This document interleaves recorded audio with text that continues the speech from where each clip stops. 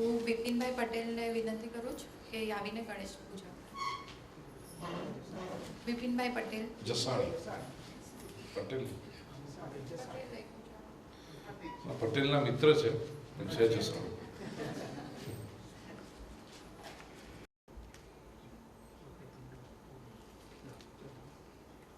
વક્રતુંડ મહાકાય સૂર્યકોટિ સમપ્રભ નિર્વિઘ્नं કુરુ મે દેવ સર્વકાર્યેષુ સર્વદા.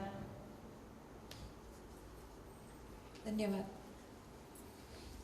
અને શ્રી ડૉક્ટર પરીખજીને વિનંતી કરું છું કે પોથી પૂજન માટે આગળ આવો. ડૉક્ટર પરીખ.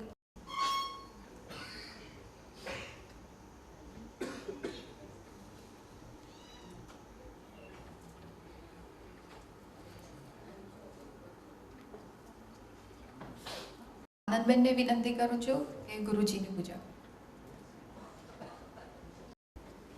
ગુરુ બ્રહ્મા ગુરુ વિષ્ણુ ગુરુદેવો મહેશ્વર ગુરુ સાક્ષાત પરબ્રહ્મ તસ્મૈ શ્રી ગુરવે નમઃ.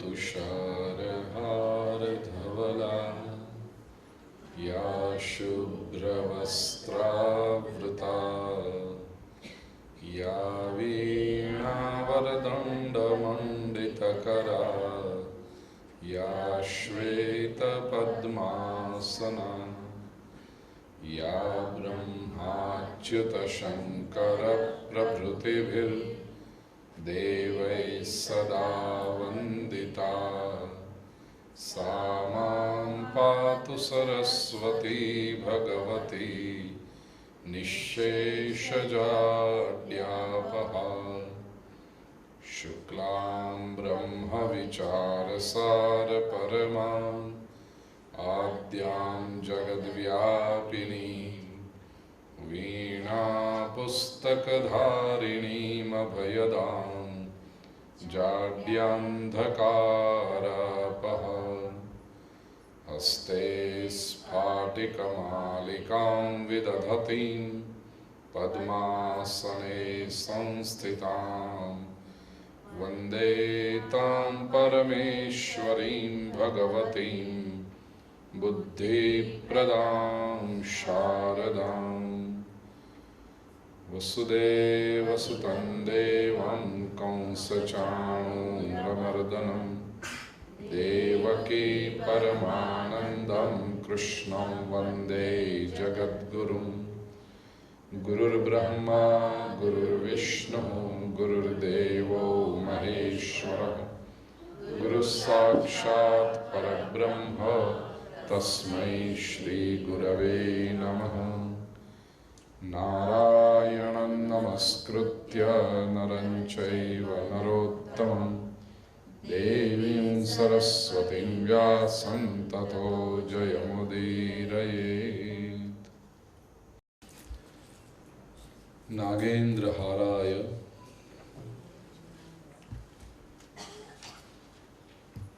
त्रिलोचनाय भस्मांगरागाय महेश्वराय नित्याय शुद्धाय दिगंबराय तस्मै नकाराय नमः शिवाय.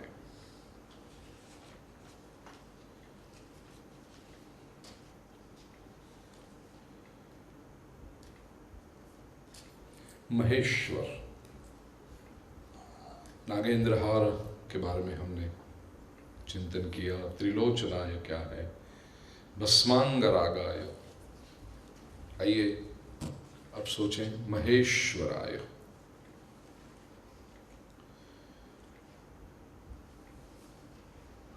पहले 3 विशेषण के आधार पर ही यह चतुर्थ विशेषण आया है.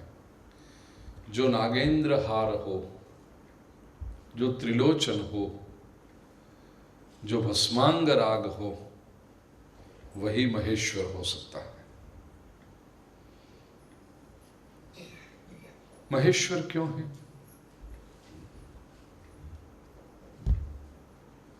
ब्रह्मा जी क्यों महेश्वर नहीं, विष्णु क्यों महेश्वर नहीं, शिव जी ही क्यों महेश्वर?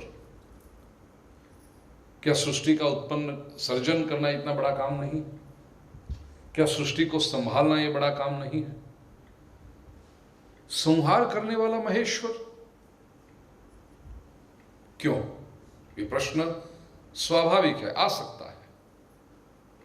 कहना होता तो आप सर्जक को कह सकते थे महेश्वर, संभालने वाले को कह सकते थे महेश्वर।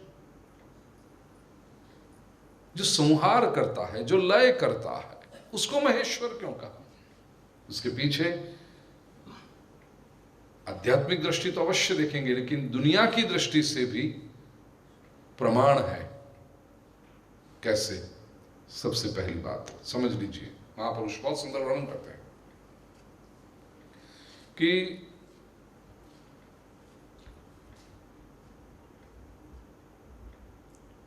खाली जमीन पड़ी है जिसका कोई मालिक नहीं है, सरकारी जमीन है, खाली पड़ी है। उस जमीन में जाकर के आप एक पेड़ लगाओ, कोई आपसे कुछ नहीं कहेगा, किसी को पूछने की जरूरत नहीं। खाली जमीन थी, आपने पेड़ लगा दिया, सर्जन किया, कर सकते हैं आप।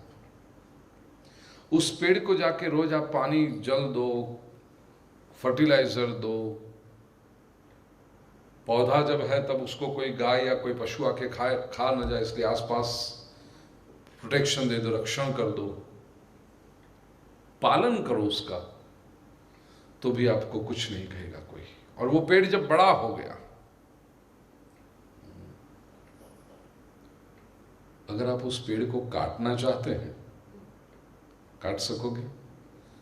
कानून है वो मैं बता रहा हूं। पेड़ बड़ा हो गया, गवर्नमेंट की ऑफिस में रजिस्टर में आ गया वो पेड़ की, यहाँ पर ये पेड़ है, उसका नंबर लग गया, गार्डन डिपार्टमेंट में या जो भी उसका फॉरेस्ट डिपार्टमेंट में उसकी रजिस्ट्रेशन हो गया कि इस जगह पे यहाँ पर ऐसा पेड़ है ये, और आप चाहते हो कि आप जाके उस पेड़ को काटना चाहो, काट सकते हो? नहीं, सजा होगी। बंबई में तो कानून है, आदमी को मार डालो उससे अधिक सजा पेड़ को काटने की होती है। नहीं काट सकते। वो कौन काट सकता है? सरकार अगर तय करे कि भाई यहाँ पर से रास्ता निकलना है, हाईवे जाना है, और उसमें ये पेड़ बीच में आ रहा है, तो काट, उसकी जो परमिशन प्रोसीजर करके गवर्नमेंट या ऑर्डर देगी कि भाई इस पेड़ को आप काट सकते हो। सर्जन कोई भी आके कर सकता था, पालन कोई भी आके कर सकता था, लेकिन विसर्जन जिसका अधिकार है वो ही आके कर सकता है। इसलिए ये संहार करने वाला देव है, फिर भी वो हाईएस्ट अथॉरिटी है, वो महेश्वर है। दूसरा दृष्टांत, सामान्य परिवार में आप बालक को जन्म दे सकते हो, कोई रोकेगा नहीं आपको। उस बालक को खिला पिला के, पढ़ा लिखा के आप कोशिश कर सकते हो कि वो एक अच्छा आदमी बने, कोई नहीं रोकेगा। लेकिन समझो वो बालक कोई गलत काम कर रहा है और आपको पता है कि वो गलत काम कर रहा है, आप उस बालक को मार सकते हो। आप कहोगे मैंने इसको जन्म दिया है, मेरा बेटा है या मेरी बेटी है, मैंने इसको पाल पोस के बड़ा किया है, सरकार मुझे कुछ देने के लिए नहीं आई थी। अब वो जब अच्छा काम नहीं करता है मेरा बेटा या मेरी बेटी, तो मैं मार सकता हूं उसको? नहीं। अगर आपको लगता है कि वो सही काम नहीं करते, उसने जाके दूसरे को मारा, आपको पता है, इतना बड़ा गुनाह किया, समझो आपके बेटे ने आपके सन्मुख, आपकी संतान ने गुनाह किया, आप साक्षी हैं उसके, फिर भी आप उसको मार सकते हो? आप जाके पुलिस में कंप्लेन करो, कोर्ट में विटनेस बनो कि हाँ मेरा बेटा है या मेरी बेटी है, मैंने देखा है गलत काम करते हुए। फिर जज को अगर ठीक लगेगा, जो अथॉरिटी है उसको ठीक लगेगा, तब वो उसको सजा आप नहीं दे सकते, वो देंगे। पता चला, सर्जन कोई भी कर सकता है, पालन कोई भी कर सकता है, विसर्जन करने वाली जो अथॉरिटी है वो सबसे बड़ी होनी चाहिए, इसलिए वो महेश्वर है। नित्याय शुद्ध भस्मांग रागाय महेश्वराय। अब आध्यात्मिक दृष्टि से देखें महेश्वर क्यों है। वायु पुराण ने हमें लक्षण बताए हैं कि महेश्वर किसको कहते हैं। 6 अंग होते हैं महेश्वर के।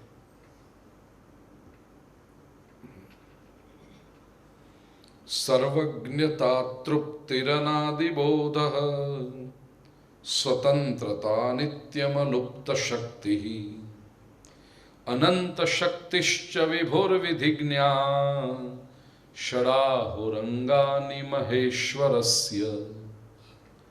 महेश्वरस्य षड अंगानि आहु।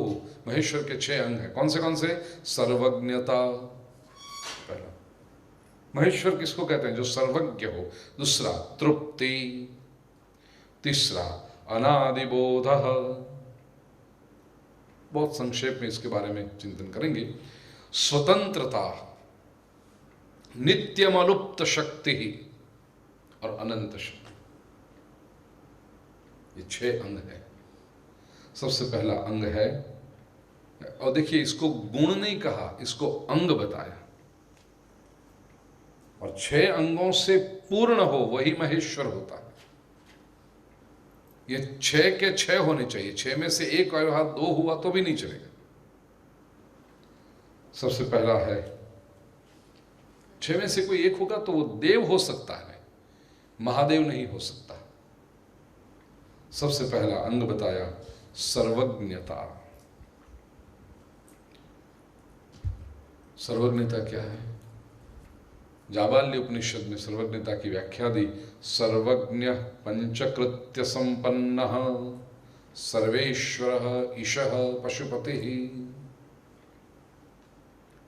सर्वज्ञ वो है जो पंचकृत्य करे, और ये पंचकृत्य के बारे में हमने चिंतन कर लिया कल। पंचकृत्य कौन से? सृष्टि, पालन, लय, पालन वही पोषण हो गया। सृष्टि, पालन, विसर्जन, तिरोधान और अनुग्रह, ये पंचकृत्य है। वो जो कर सके। और सृष्टि में ये 5 के सिवा और कुछ हो भी नहीं रहा। जो भी होता है, या तो कहीं पर कुछ सर्जन हो रहा है, या तो पालन हो रहा है, या तो उसका विकास हो रहा है, तिरोधान हो रहा है, या अनुग्रह हो रहा है, या विसर्जन हो रहा है। ये 5 के सिवा और देखिए, सृष्टि, पालन मतलब creation, maintenance, sustenance and destruction, वो सब जानते हैं। बाकी के 2, विकास हो रहा है ना, कैसे होता है? तिरोधान, या तो व्यक्ति के अपने पुरुषार्थ से होता है, वो तिरोधान हुआ। और कई बार ऐसा लगता है कि इसमें ऐसी योग्यता नहीं, लेकिन ये विकास हुआ कैसे इसका? तो अनुग्रह, कृपा है, दिखाई नहीं लेकिन हुआ है विकास। तो ये 5 ही कर्म हो रहे हैं। और जो 5 को कर सकता है, जो भी जितना काम करे उसको कम से कम उतना तो ज्ञान आवश्यक है।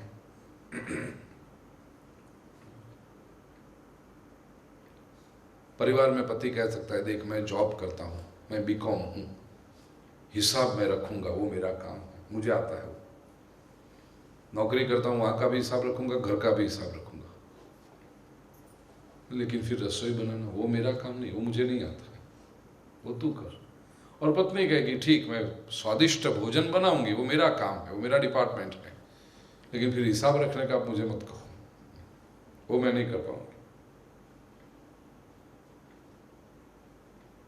जो सब कर सके, जो जितना काम करता है उतना ज्ञान उतना आवश्यक है। सृष्टि में ये 5 काम हो रहे हैं, वो पंचकृत्य सभी महेश्वर करते हैं, तो उसको सभी ज्ञान है, इसलिए वो सर्वज्ञता।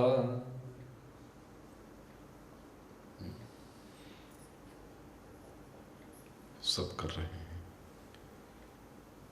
श्री विश्वानि देव सवितर्दुरितानि परासुव यदभदरन तन्न आ। भगवान को इतना ही कहो, सर्वज्ञ है ना भगवान। प्रार्थना प्रभु को करो तो इतना ही करो, प्रभु मुझे कुछ पता नहीं कि मेरे लिए अच्छा क्या है, तू जानता है मेरे लिए क्या अच्छा है।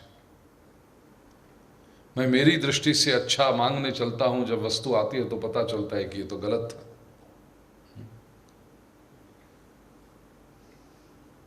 22-24 साल की उम्र में लगता है ये कन्या के साथ विवाह हो जाए तो वाह वाह वाह, हमारे जैसा सुखी कौन होगा। 10 साल जाने दे बेटा।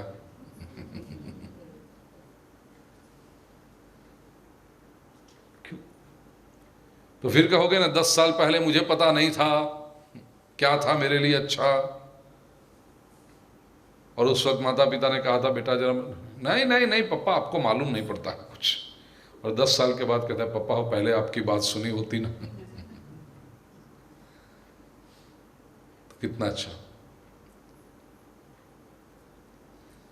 अब जगत के पिता को कह दो प्रभु मुझे कुछ पता नहीं है मेरे लिए क्या है सही क्या गलत है, इसलिए मैं जानता हूं, ऐसा आग्रह में रख।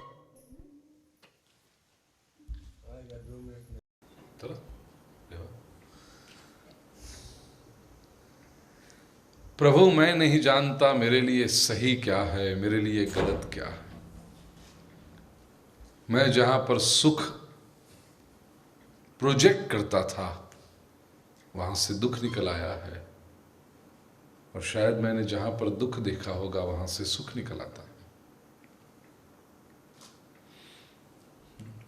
ये सुख और दुख का अर्थ भी जरा स्पष्ट समझना। हम चाहते हैं सुख, लेकिन सुख का अर्थ समझोगे तो आपको लगता है थोड़ा कम ही आए तो अच्छा है। और दुख हम नहीं चाहते, लेकिन दुख का अर्थ अगर समझोगे तो परमात्मा से कहोगे कुंता माता की तरह, विपदा संतु न शश्वत तत्र तत्र जगत गुरु। हे प्रभु थोड़ा थोड़ा दुख भी देते रहना साथ में। भोजन करने बैठे हो, 3-4 प्रकार की मिठाइयाँ हो, श्रीखंड, गुलाब जामुन, मोहनथाल और पूरण पोड़ी, नहीं बस 4 बहुत हो गई, नहीं तो डायबिटीज हो जाएगा। तो 4 प्रकार की मिठाइयाँ हो आपके पास, खाते हो, मिठाई खाते गए, फिर 4-5 बार ये मिठाई खाने के बाद थोड़ी सी चटनी यूँ कर लेनी पड़ती है। लगती है मिठाई बहुत प्यारी सी, बहुत स्वादिष्ट लगती है, लेकिन थोड़ी सी चटनी, हम पूछते हैं क्यों ये थोड़ी सी चटनी। बाद में फिर मिठाई खाने का आनंद आता है। और केवल मिठाई मिठाई खाते रहेंगे ना तो हबके पड़े वो, हाँ मज़ा नहीं आता। थोड़ा सा फिर तीखा खा लो तो वापस वो मिठाई खाने का मज़ा आता है। बस यही है, सुख का मिठाई खाते रहो तो थोड़ी थोड़ी दुख की चटनी भी चाटते रहो, तो बाद में सुख की मिठाई का आनंद और आता जाएगा। क्या है सुख और क्या है दुख? दुह खनोति मतलब खंडयति इति दुख, दुह खंडयति इति दुख। दुख का जो खंडन करती है, दुह का जो खंडन, दुह मतलब खराब, दुह मतलब अशुभ। ये हमारे संस्कृत में दुह जो विशेषण है ना, इसको लगता है, प्रत्येक जो लगता है, जो बुरा है उसको दुह लगता है। दुशासन मतलब जिसका शासन अच्छा नहीं है वो दुशासन।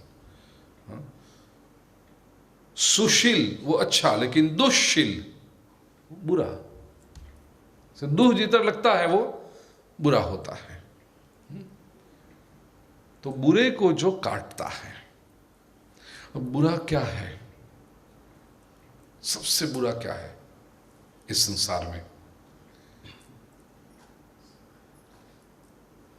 सबसे बुरा क्या है जिसकी वजह से और सब बुरे निर्माण होते हैं? वो है पाप। सबसे बुरा है पाप, क्योंकि वो पाप बुद्धि आती है, उससे बाकी सब बुरे निर्माण होते हैं। और वो जब बुरे निर्माण होते हैं तो दुख भुगतना पड़ता है। व्यक्ति पाप करता है तो उसका परिणाम भुगतना पड़ता है, दुख आता है। तो दुख का अर्थ है पाप, अशुभ। खंडयति, पाप का जो खंडन करे उसको कहते हैं दुख। और बात भी सही है ना, हम जब दुख में होते हैं तो आश्वासन देने वाले क्या भी कह देते हैं, हम जब आश्वासन लेते हैं कि चलो ये थोड़ा दुख आया है, कहीं कुछ पाप किया होगा, कहीं कुछ गलती की होगी, भुगत लो। दुख क्या करता है? पाप को दूर करता है। तो ये अच्छा हुआ या बुरा हुआ? जो आपके पाप को दूर करे, जो आपके पाप का नाश करे, वो दुख। और सुख क्या है? सुखंडयति। सु मतलब अच्छा, सुंदर। वो क्या है? पुण्य। उसको खंडयति, वो सुख। सुख क्या करता है? आपके पुण्य को कम करता है। इसलिए भगवत गीता में भगवान श्री कृष्ण ने कहा ना, क्षीणे पुण्ये मर्त्यलोकम विशन्ति। मनुष्य जब यहाँ पर रह करके, पृथ्वीलोक में रह करके, मनुष्य योनि में रह करके सत्कर्म करता है, पुण्य कमाता है, तो पुण्य की गठरी जब बन जाती है, वो पुण्य भुगतने के लिए स्वर्ग में जाता है, सुख सुविधाएं मिलती है वहाँ पर। स्वर्ग में कोई दुख है ही नहीं, सुख ही सुख है। लेकिन वहाँ क्या होता है? पुण्य का बैलेंस खत्म होते जाता है। जैसे आप घूमने जाते हो ना, साल भर 9 to 5 मेहनत करो, फिर 2 हफ्ता 3 हफ्ता वेकेशन, छुट्टियाँ, कितना मज़ा आता है। और हर मेहनत करते गए, हर महीने थोड़ा थोड़ा थोड़ा सेविंग्स करते गए, वो पैसा जमा करके रखा है, क्या करना है? Vacation, just enjoy. 5 की पर्स में दे दिए, सब बिल तू चुकाना, मेरा वॉलेट भी नहीं लेना है, मुझे कुछ नहीं करना है। और पत्नी जाते जाते होटल में यहाँ 3 दिन रहे, अच्छे से अच्छे, इस रिसोर्ट में इतना खर्चा, ये लो निकाल के दिया, क्या खाना है आज? सुबह पंजाबी खाएंगे, शाम को साउथ इंडियन खाएंगे, परसों चाइनीज़ खाएंगे, इधर ये इंडोनेशियन, मलेशियन, थाई फूड खाएंगे। वो अलग अलग अलग अलग शौक करते गए, बिल चुकाते गए। 10 दिन 12 दिन हो जाए ना, फिर पत्नी कहती है अब पूरा हो गया, अच्छा चलो वापस 9 to 5। क्षीणे पुण्ये मर्त्यलोकम विशन्ति, वापस चलो। तो सुख क्या है? पुण्य को खत्म करता है। अब बोलो, दुख अच्छा है या सुख अच्छा है? दुख वो है जो आपके पाप को खत्म कर रहा है। सुख तो टाइम बम जैसा है, जैसे ही आपके पास सुख आया कि उल्टी गिनती शुरू हो जाती है, 10, 9, 8, 7, खत्म कर रहा है आपके पुण्य को। मतलब डरना मत, सुख में हो तब अधिक पुण्य जमा करते जाना, मतलब रिप्लेनिश होता जाए। वो लोग क्या करते हैं कि जब सुख में होते हैं वो भूल जाते हैं, इसलिए सुख में दुख में सुमिरन सब करे, सुख में करे न कोई। जो सुख में सुमिरन करे तो दुख कहां से होए? दुख में भगवान बहुत याद आता है, हे भगवान मुझे दुख, हे भगवान मुझे दुख। लेकिन दुख में कहो भगवान से, भगवान मेरे पाप कट रहे हैं। और सुख में तो अधिक स्मरण करो, सुख में प्रभु को और याद करो, क्योंकि वो बहुत डेंजरस स्थिति है। एक तो पुण्य कम हो रहा है और भगवान को याद नहीं करोगे, सत्कर्म करोगे नहीं, भगवान को एक नहीं करोगे, तो बैलेंस बैंक में एक बार जमा कर दिया, फिर एफडी पे एफडी तुड़वाते जाते हो और नई एफडी बनवाते ही नहीं, या इन्वेस्टमेंट कुछ करते ही नहीं। कब तक चलेगा ये? इसलिए याद रखना, ये संसार में सुख किसी का हमेशा के लिए टिका नहीं है। क्यों? क्योंकि पुण्य का स्रोत इनएग्जॉस्टिबल नहीं है। दुख अवश्य रहा है।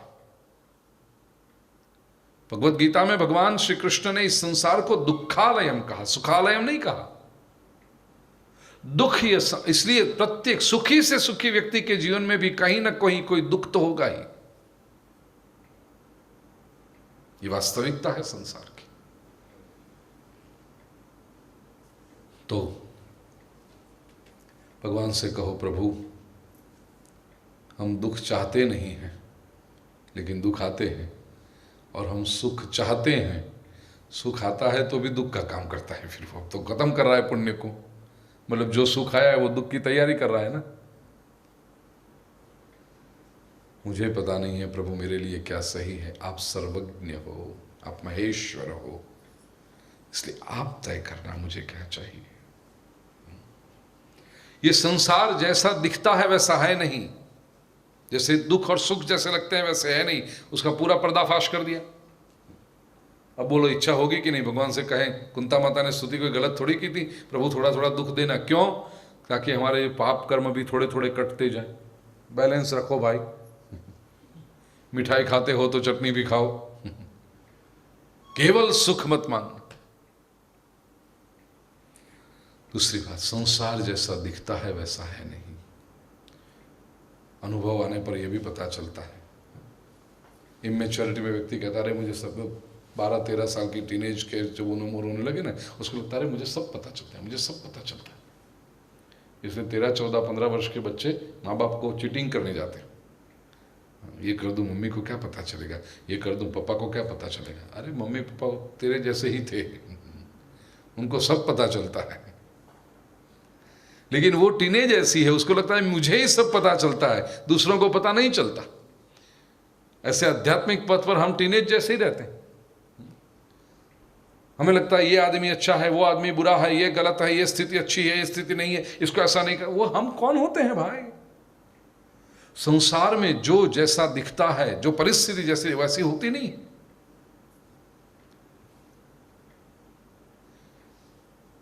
कहीं किसी तालाब के पास जाओ तो ऊपर काई लील लगी हुई है, आप कहोगे कितना गंदा है। अरे उसका थोड़ा सा लेयर हटा दो, पीछे बहुत नीचे शुद्ध जल होता है। जो अनुभवी लोग होते हैं ना, वो सा लील वाला जल ही पीते हैं। ऊपर की लील हटा दो, नीचे एकदम शुद्ध है।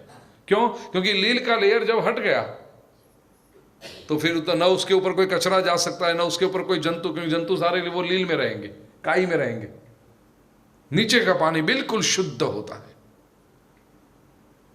और केवल जल जो शुद्ध दिखाई पड़ रहा हो उसका बहुत भरोसा मत करना, क्योंकि इट इज एक्सपोज्ड। उसमें जीव जंतु, माइक्रो बैक्टीरिया सब कुछ होंगे। दिखाई पड़ता है शुद्ध, जरा सा अंदर उतरो, नीचे ऐसा कीचड़ होगा, दलदल होगा कि फंसोगे तो बाहर नहीं निकल पाओगे।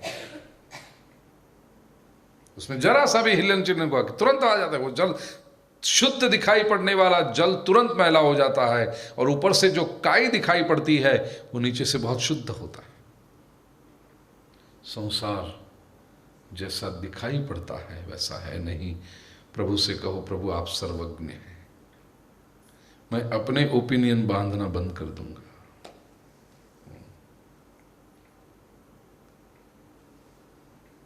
सर्वज्ञ है प्रभु। इसलिए यद भदरन तन न आसुव, प्रभु आपको जो लगे मेरे लिए कल्याणकारी है वही मुझे दे दो। वो सुख के रूप में आएगा तो भी स्वीकार है, वो दुख के रूप में आएगा तो भी स्वीकार है। प्रथम लक्षण सर्वज्ञता, दूसरा लक्षण तृप्ति, महेश्वर का दूसरा लक्षण नहीं अंग है। जो परम तृप्त है, जो तृप्त है वही दे सकता है भाई। जो स्वयं तृप्त नहीं है वो क्या देगा दूसरे को, और महेश्वर तो देते हैं। तीसरा अंग है अनादिबोध। अब आप कहोगे एक बार कह दिया जब सर्वज्ञ तो फिर अनादिबोध फिर से क्यों कहा? अनादिबोध मतलब जिसके बोध का कोई आदि नहीं है और इसलिए अंत नहीं, अनादिबोध। लेकिन दोनों में अंतर है। सर्वज्ञ शब्द ज्ञान प्रधान है, अनादिबोध शब्द बोध प्रधान है। और ज्ञान और बोध में भी अंतर है। ज्ञान वो है जो बाहर से आता है, बोध वो है जो भीतर से प्रकट होता है।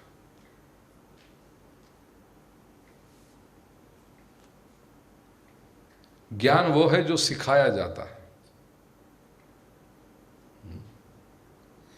मिर्ची आपने खाई, अब पता चला अरे बहुत तीखी लगती है, तो ये आपको ज्ञान हुआ कि मिर्ची तीखी है, ये ज्ञान हुआ।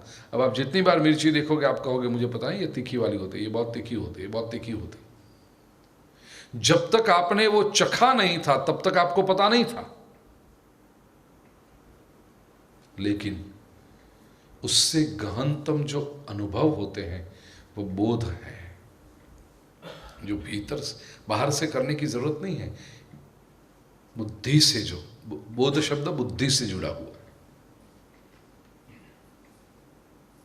जो आप भीतर थे समझते, अनादि बोध है, यह महेश्वर का लक्षण है।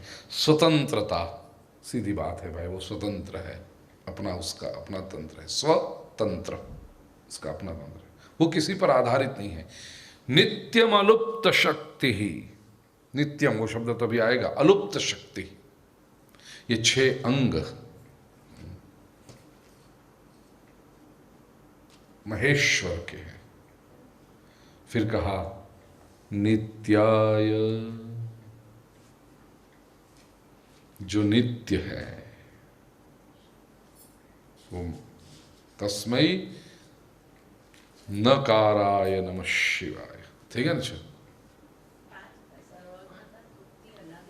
सर्वज्ञ, तृप्त, अनादिबोध, स्वतंत्र, नित्यम, नित्य एक, और अलुप्त शक्ति ही 2। ऐसे अलुप्त शक्ति, जिसकी शक्ति लोप नहीं होती, अलुप्त शक्ति, जिसकी शक्ति का लोप नहीं होता, महेश्वर।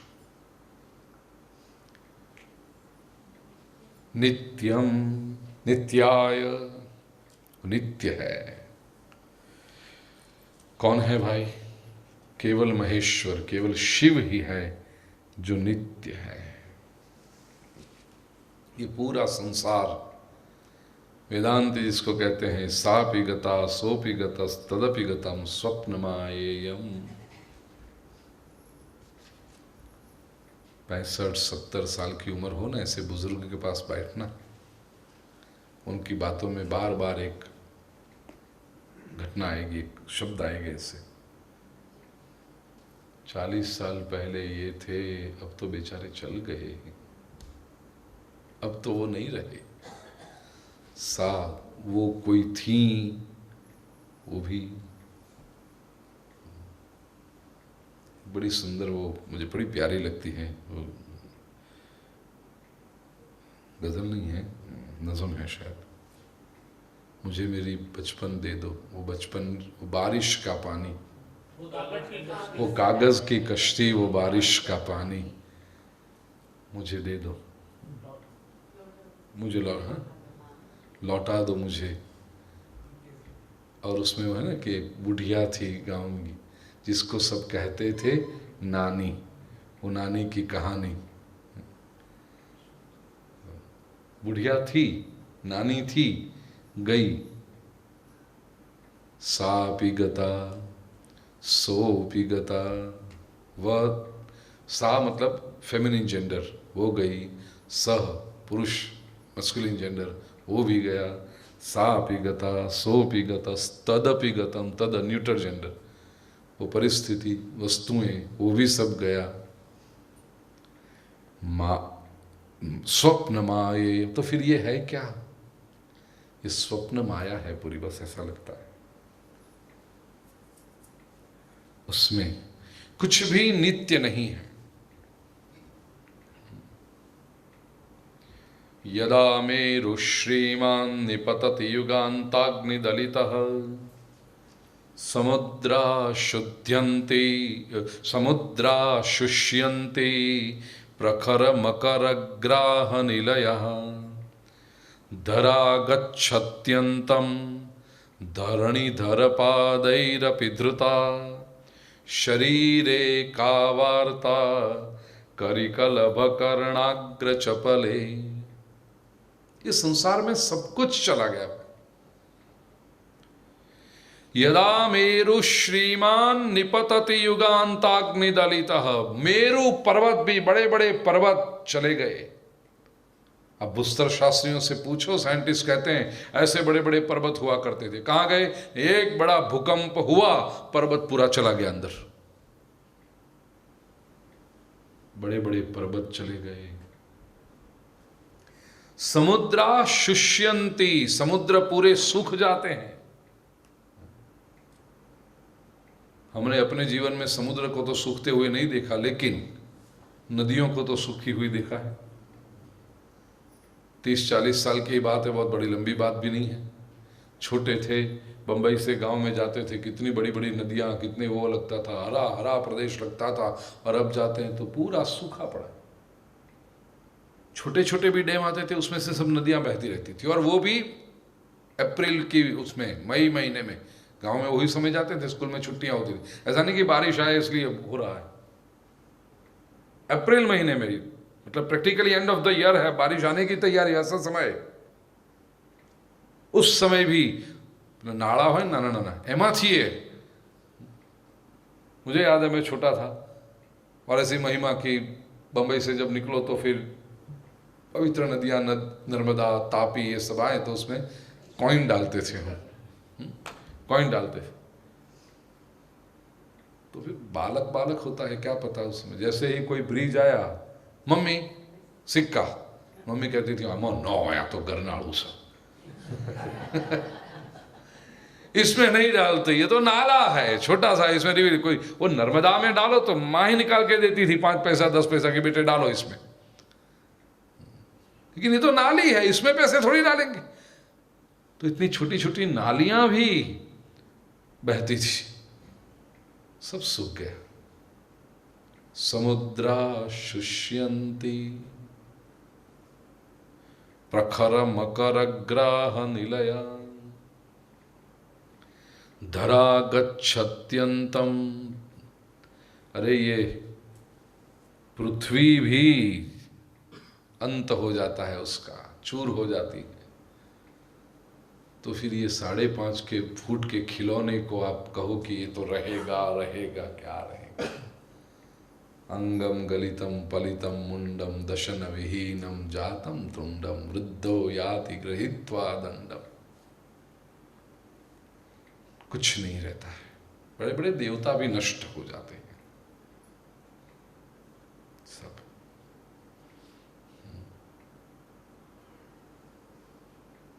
इंद्र भी कितने हुए, देवताओं का राजा इंद्र भी कितने। पुराण में बड़ी प्यारी कहानी आती है। एक बार असुरों ने देवताओं पर चढ़ाई की, स्वर्ग पर कब्जा कर लिया, देवों की सारी संपत्ति असुरों के पास चली गई और देवताओं को स्वर्ग से भगा दिया। इंद्र भी वहां से भागा। तो ये सारे देवता लोग इंद्र के साथ हिमालय में पहुंचे। वहां पर हिमालय में जाकर रहने लगे। इंद्र बेचारा बड़ा दुखी था कि मेरी संपत्ति चली गई, मेरी सत्ता चली गई, मेरा स्वर्ग चला गया। एक बार रोते हुआ इंद्र रोते हुए बैठा है, वहां से देखा उसने कि कोई एक व्यक्ति सर पर खटिया को उठाए जा रहा है, खाट को ऐसे सर पे उठाया था, जा रहा था। और इंद्र ने देखा कि उसकी छाती में से कुछ बाल निकल गए थे, मतलब कुछ बाल थे छाती में और कुछ निकल गए थे। इंद्र ने उनको रोका, अरे भाई तुम कौन हो, बात करनी है तुमसे कुछ। तो उन्होंने खटिया नीचे रखी, उसके ऊपर बैठ गए और पूछा, बोलो क्या बात करनी है। नहीं आप हो कौन, बड़े विचित्र आदमी लग रहे हो, खटिया उठा के जा रहे हो, सर पे छाती में कुछ बाल हैं कुछ नहीं है, कौन हो। उस व्यक्ति ने परिचय दिया कि मैं लोमश हूं, ऋषि हैं अपने, लोमश ऋषि। और एक एक कल्प जब बीतता है ना तो मेरी छाती में से एक बाल जड़ जाता है, एक कल्प बीतने पर एक बाल जड़ता है, ऐसा मैं हूं। आधे से अधिक बाल गिर गए मेरे,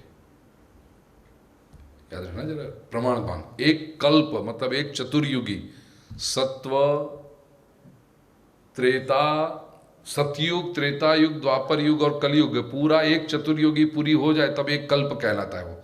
ऐसा एक कल्प जाए तो उनकी छाती में से एक बाल निकलता है।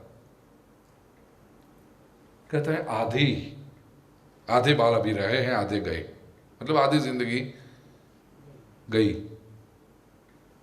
कितने कल्प गए होंगे जरा सोचो, छाती में बाल कितने। और एक एक बाल एक एक युग में जाए, एक एक कल्प में जाए, तो आधे बाल गिर गए हैं।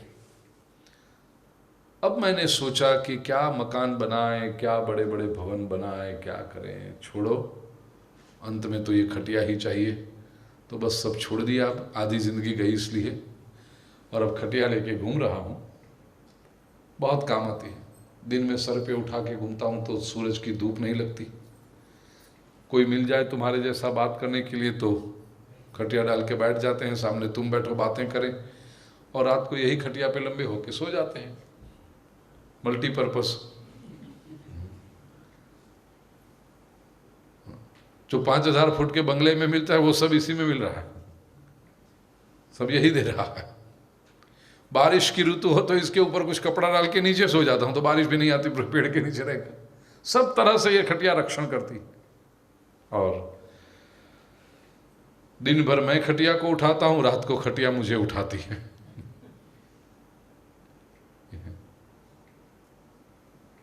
इंद्र सोचता है, आश्चर्य, हजारों कल्प का आपका जीवन है, हजारों कल्प का आपका जीवन है, और अभी आधा जीवन हुआ। मतलब अभी तो आप कितने युग अभी तो जियोगे आप, सतयुग अभी तो और कितने, क्योंकि आधे बाल बाकी हैं छाती के। तो अभी से आपको ये खटिया पे आ गया। इंद्र ने सोचा, फिर मैं संपत्ति के पीछे क्यों भाग रहा हूं। इंद्र कहता है, हमारा जीवन तो केवल एक कल्प है और मैं इतना ये चिंता करूं। अब इंद्र को ये ज्ञान हुआ कि एक कल्प का जीवन वाला इंद्र भी सोचता है कि मैं लोमश ऋषि के सामने तो बिल्कुल अज्ञानी दिखता हूं।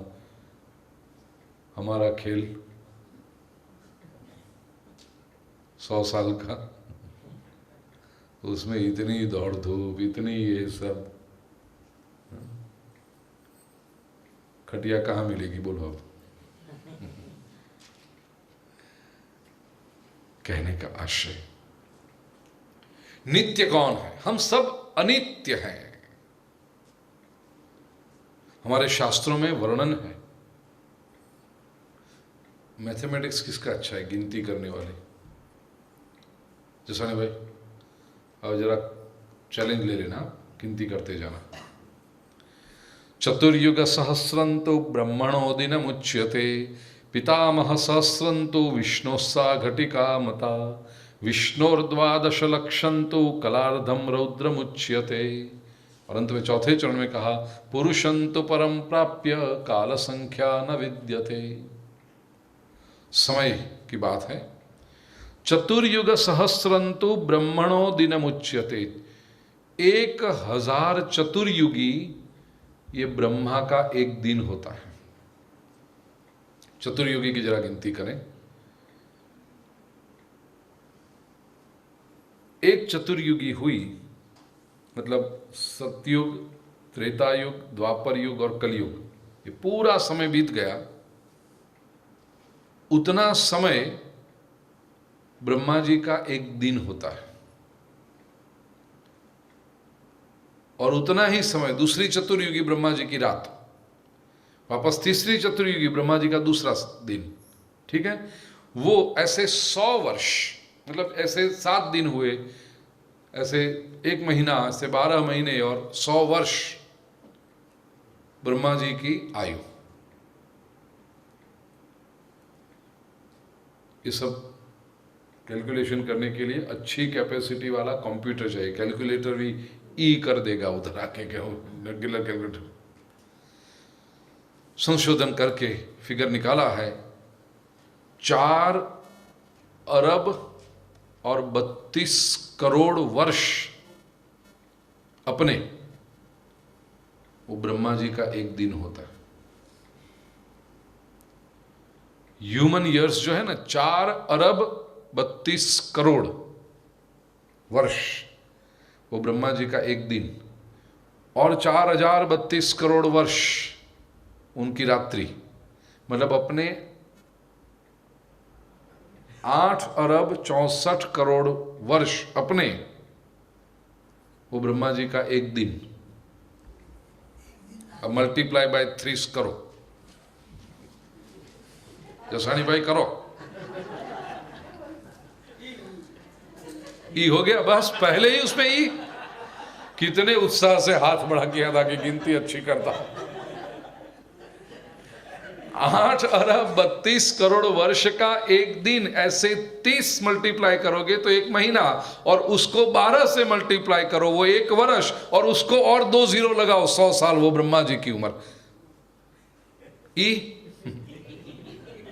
ओके, आओ मैदान में। अब अभी तो पहले उसमें ई कर दिया। ये जो ब्रह्मा जी का एक जीवन हुआ, पितामह सहस्रंतु सहस्रंतु विष्णु सा घटिका मता। ऐसे 1000 ब्रह्मा हो जाए तो विष्णु की एक घटी होती है, घड़ी, बियॉन्ड ह्यूमन माइंड कॉम्प्रिहेंशन। जैसे 1000 ब्रह्मा जो है वो विष्णु की एक घड़ी होती है। घड़ी का हिसाब ऐसा है, अभी भी आज ज्योतिष में जो होता है ना, वो घड़ी पल का हिसाब होता है। 60 घड़ी का एक दिन रात, मतलब एक 24 घंटे होते, 60 घड़ी इस 24 घंटे, 1 घंटे की 2.5 घड़ी होती है, 24 या 60। छोटा था तब मैं जन्माक्षर बनाता था। पिताजी, रमेश भाई जानते हैं, बहुत अच्छे एस्ट्रोलॉजर पिताजी। तो पिताजी को मदद करने के लिए, उनको हेल्प करने के लिए 8 साल की उम्र में मैंने कुंडली बनाना शुरू कर दिया था, क्योंकि उस समय कंप्यूटर तो थे नहीं, और गणित मेरा बहुत अच्छा, भगवान की कृपा से पहले से 100 on 100 ही मार्क आते थे मुझे 100 में से। कॉलेज में मेरे मित्र मुझे रेंगलर कह के बुलाते थे। लोगों को रेंगलर का अर्थ इतना ही पता है कि जीन्स की एक ब्रांड है, लेकिन डिक्शनरी मीनिंग देखना, रेंगलर का होता है who is proficient in mathematics, जिनका मैथ्स बहुत अच्छा हो। 100 में से 100 मार्क मैथमेटिक्स में, एस्ट्रोलॉजी, ज्योमेट्री, सब में। एस्ट्रोलॉजी नहीं है, एरिथमेटिक, ज्योमेट्री, एल्जिब्रा, सब में, कैलकुलस, जितनी ब्रांचेस मैथमेटिक्स से पूरा। तो 8 साल की उम्र से पिताजी को मदद करिए, मुझे पता है घड़ी पल का हिसाब, संपातिक काल निकालना, तो उसमें पूरी जो गिनती थी वो 2.5 की थी। स्कूल में सीखता था दशांश पद्धति, मैट्रिक सिस्टम, 100 से वो बदलता है 10 मिलीमीटर का 1 सेंटीमीटर, 100 सेंटीमीटर का 1 मीटर, 100,000 मीटर का 1 किलोमीटर, वो दशांश पद्धति, मैट्रिक सिस्टम। और घर पे आके कुंडली बनाओ तो वो 2.5 वाला पूरा। ये तो भगवान की कृपा थी। और 8 साल की उम्र, पिताजी ने टेबल्स इतने कंठस्थ करा दिए थे, आज मुश्किल से किसी बालक को टेबल्स आते होंगे। टेबल्स रहे नहीं, पाड़ा 5 तक तो मुश्किल से, 6 का पाड़ा उसको बोलने को बोलो तो तकलीफ हो जाती है, वो कैलकुलेटर ढूंढता है। 6 सत्ता अपने को आएगा सब, आप अच्छे हैं, लेकिन बच्चों को पूछना नहीं बोल सकेंगे वो। 6 7 जा। और मैं तो यहाँ जो बुजुर्ग बैठे उनको मालूम होगा, 1 का 11, मतलब 11 से 20, 21 से 30, वो भी सब कंठस्थ कर। 40 तक तो मुझे याद था, मुझे पता है। 31 1 31 31 तो 62 31 33 31 124, ये 40 तक मुझे रटा के रखा था। फिर पा, अर्धा, पौना, सवा, डोढ़ा, नाना, पौना बे, 1 मिनट, पौना बे नहीं, डोढ़ा, पछी अढ़िया, अने उठा, हाँ 3.5, उठू એટલે 3.5 ને, 1 उठा, 1 सवा पर, 1 सवा सवा, 2 सवा अढ़ी, 3 सवा पौना 4, 4 सवा 5, वो सब याद था मुझे, अभी नहीं है क्योंकि ज़रूरत नहीं पड़ती। 6 सवा सवा 7, ऐसा। ये डोढ़ा, 1 डोढ़ी, डोढ़ू, 2 डोढ़ा, 3 3 डोढ़ा, 4 4 4 डोढ़ा, 6 5 डोढ़ा, 7 7 डोढ़ा आता था, उठा था। 1 उठे, उठू, 2 उठे, 7 3 उठे, 8 10 4 14। जो बचपन में उठा सीखा हो ने कोई मोटा थी उठा न पढ़ाई के, જે નાનપણમાં ઉઠા ન આવડે ને બધા આખી દાગામ ઉઠા પણાઈ જાય.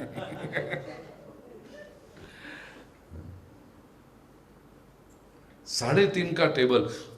आज मैं किसी से कुछ लोगों से कहता हूँ तो मानने कौन थे, टेबल होता है 3.5 1 जा 3.5 3.5 2 जा 7, ये करेंगे कैसे? इसका टेबल किया और ज्योतिष में काम पड़ता था इसका, तो बनाता था. 60 घड़ी का एक दिन होता है, तो 1000 ब्रह्मा जी जब आके चलें तो विष्णु की एक घड़ी होगी, उसको मल्टीप्लाई करो 60, तो विष्णु का एक दिन, उसको मल्टीप्लाई करो 30, विष्णु का एक महीना, उसको मल्टीप्लाई करो 12, विष्णु का एक वर्ष, उसको मल्टीप्लाई करो 100, वो विष्णु का एक जीवन, वो एक विष्णु हुआ. और ऐसे विष्णोर्द्वादश लक्षन्तु कलार्धम रौद्रम उच्यते. ऐसे 12 लाख विष्णु हो जाए वो रुद्र की आधी कला होती है. हे मारा बाप, 12 लाख विष्णु ऐसे हो जाए वो रुद्र की केवल आधी कला. कला वो क्या है? 30 कला का एक पल होता है, 60 कला की एक पल. घटी पल और कला होती थी, कला विकला. हाँ, तो आधी कला मतलब 30वीं कला आधी कला. 60 कला की एक पल, 60 पल की एक घड़ी, 60 घड़ी का एक दिन. या दिस वॉज द टेबल. आधी कला, 12 लाख विष्णु वो रुद्र की आधी कला. ऐसी 30 कलाएं हो तो उसकी एक घड़ी होती है. ऐसी 60 घड़ी वो एक दिन, उसको फिर 30 12 और 100 करो मल्टीप्लाई. और वो रुद्र तो महेश्वर का एक अंश है, क्योंकि हमने कहा ना जो कार्य था उस हिसाब से सदाशिव, शिव शक्ति और रुद्र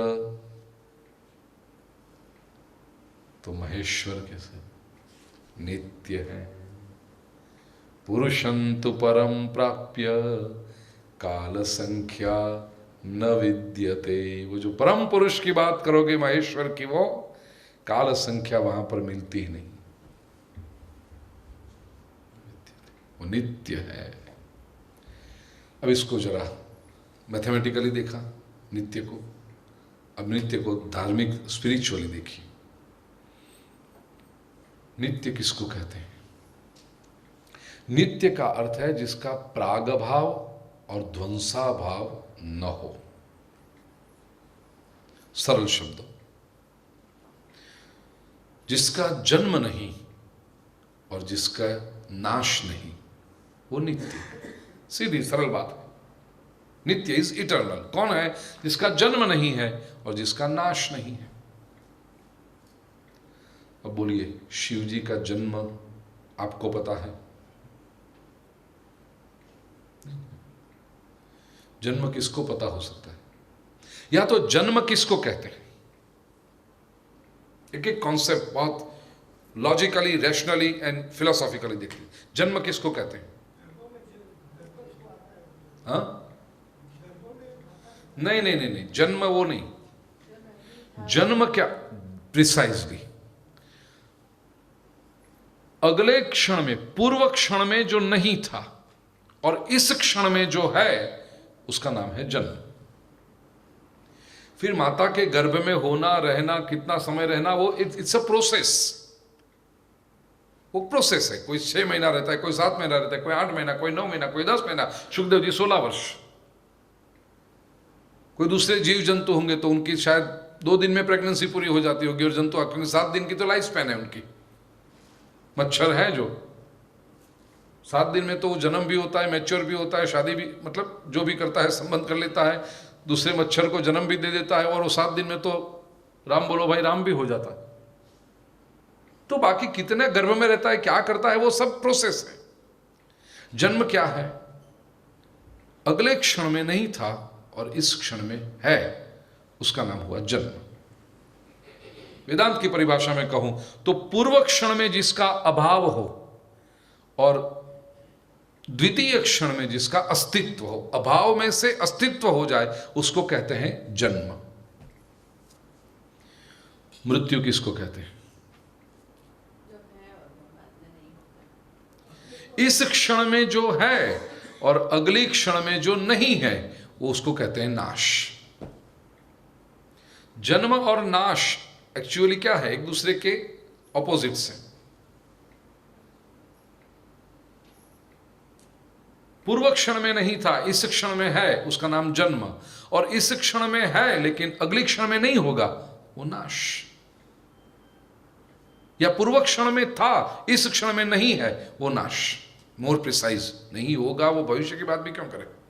नाश किसको कहेंगे? अभी ये नाश हुआ क्यों? क्योंकि पूर्व क्षण में वो था और इस क्षण नहीं। कहते हैं बराबर 12:35 तक तो थे, उन्होंने आंख भी खोली, लेकिन जरा हम पानी लेने गए और वापस आके देखा 12:36 को तो नहीं थे। पूर्व क्षण में है, पूर्व क्षण में था, वो अतीत, और वर्तमान क्षण में नहीं है, उसको कहेंगे नाश। अब ये दोनों, प्रथम न हो उसको कहते हैं प्राग अभाव। प्राक अभाव, प्राक मतलब पहले, अभाव जिसको था वो प्राग अभाव। और बाद में न हो इसको कहते हैं ध्वंसाभाव।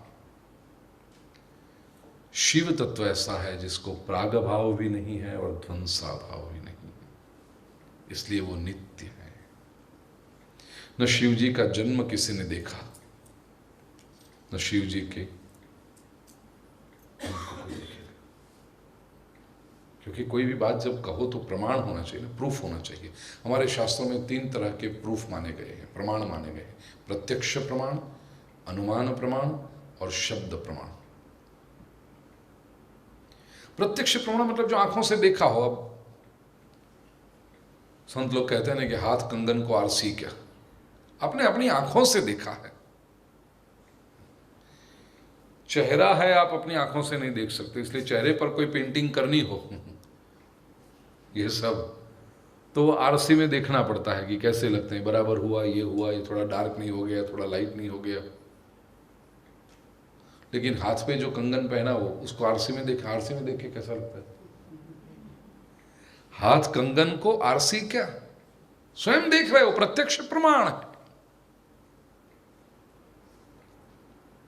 पहला, शिव जी के बारे में किसी के पास ये प्रत्यक्ष प्रमाण है? कोई है ऐसा यहां पर जो कह सकता हो कि मैंने शिव जी के जन्म को देखा? कोई है ऐसा जो कह सकता हो कि मैंने शिव जी के अंत को देखा? तो प्रत्यक्ष प्रमाण आपके पास नहीं है। दूसरा, अनुमान प्रमाण। अनुमान इज गेस वर्क, एनालिसिस, कह सकते हो। अनुमान से भी, अनुमान मतलब ऊपर धुआं है तो तुरंत आप अनुमान लगाते हो नीचे अग्नि होना चाहिए, अनुमान प्रमाण। 99% आप सही हो सकते हो, अनुमान प्रमाण 99%। लेकिन अनुमान प्रमाण भी 100% नहीं है। कई बार जहां धुआं होता है वहां नीचे अग्नि नहीं होता।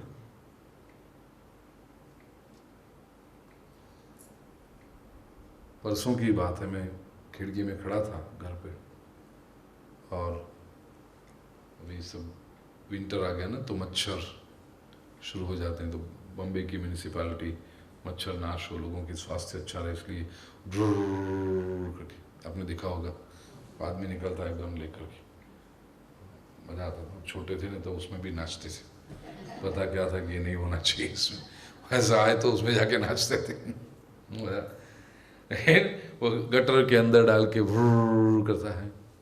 ऊपर 6ठे माले पे देख के मैं खड़ा कर देख रहा हूँ ये धुआं ऊपर उठे, दूर से कोई देखे अरे आग, कोई आग तो है नहीं। अनुमान प्रमाण गलत है कि नहीं? बोलो। आप कहोगे धुआं तो है, आग है नहीं है। तो धुआं कोई अलग भी हो सकता है, ऐसे कोई दूसरे धुएं हो तो मुझे बताना एग्जाम्पल के रूप में। हाँ, नाटक में जो स्टेज पर जो फॉग गन में डालते हैं, है धुआं, कोई आग लगी है वहां पर? कुछ नहीं। तो अनुमान प्रमाण गलत हो सकता है। पहली बात तो हमारे पास ऐसा अनुमान है नहीं कि शिव जी का जन्म कब हुआ और अंत कब हो, और वो होगा तो भी गलत है। तो पहले अनुमान प्रमाण, फिर प्रत्यक्ष प्रमाण, तीसरा शब्द प्रमाण। कोई दूसरा व्यक्ति, कोई दूसरी अथॉरिटी, चाहे वो कोई ज्ञानी हो, चाहे कोई शास्त्र हो, कोई ग्रंथ हो, कोई अथॉरिटी ऐसा बताए बुखार है, बुखार है, बुखार है। बेटे को रिश्तेदार इकट्ठे हो गए, अड़ोस पड़ोस के सब लोग इकट्ठे हो गए और सब लोग कहते हैं अरे बेटे को बहुत बुखार है। क्या होगा? क्या?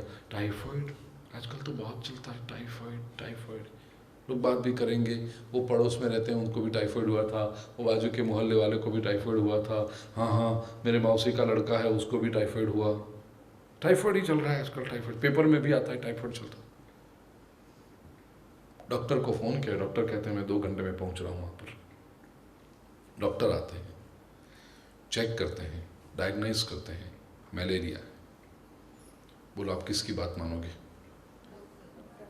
आप डॉक्टर से कहोगे डॉक्टर साहब ये 50 लोग कहते हैं टाइफाइड, आजकल तो चल ही रहा है। 50 लोग जो कहते हैं टाइफाइड वो गलत, एक डॉक्टर अगर कहे मलेरिया तो वो सही। क्यों? क्योंकि डॉक्टर का शब्द प्रमाण है, उसके पास शास्त्र है, उसने अभ्यास किया है।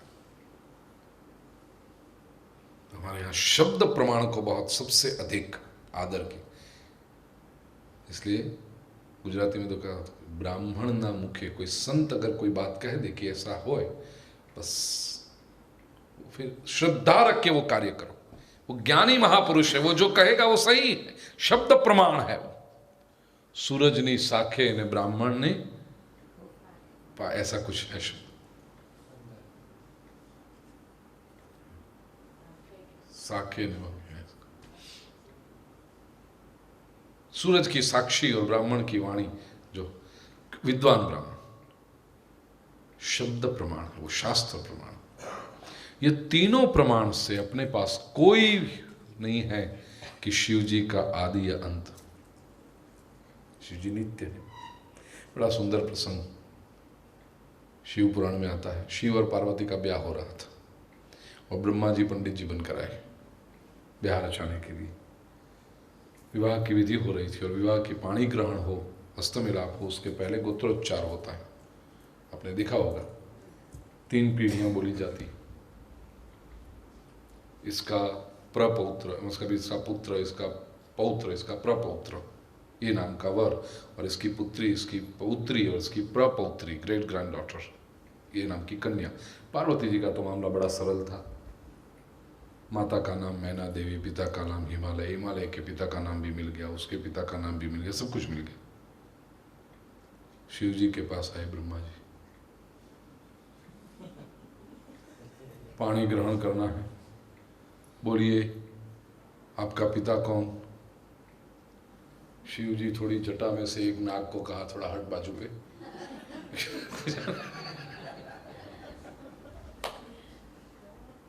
सोचने लगे मिल नहीं रहा, क्या बात करें, आपको नाम नहीं पिता का? ब्रह्मा जी ऐसा समझो ना, आप ही हमारे पिता हैं, सर्जन आपने किया है तो चलो आप ही ब्रह्मा जी, और आपकी भ्रमर से उत्पन्न हुए, ऐसा कहीं कहीं प्रमाण मिलता है ब्रह्म पुराण और इसमें। तो पिता के नाम में आप अपना नाम बोल दो, ठीक। दादा का नाम, पिताजी मुश्किल से मिले, अब दादा।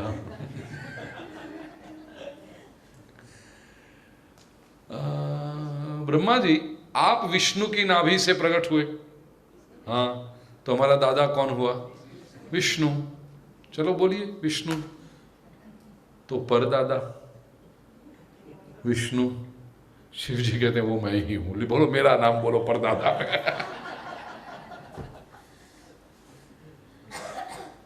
और गोत्र का मत पूछना, क्योंकि वहां पूरा हो गया वापस। गोत्र में तो फिर और दादा परदादा उसके ऊपर दादा सब कहां कौन होंगे, तब गोत्र की बात तो पूछना ही मत।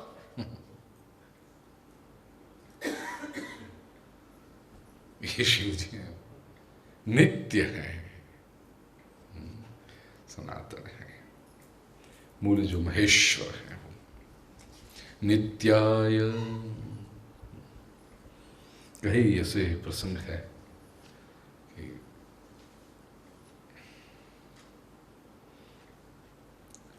जो दूसरों को नित्यत्व प्रदान करे वो स्वयं नित्य नहीं होगा।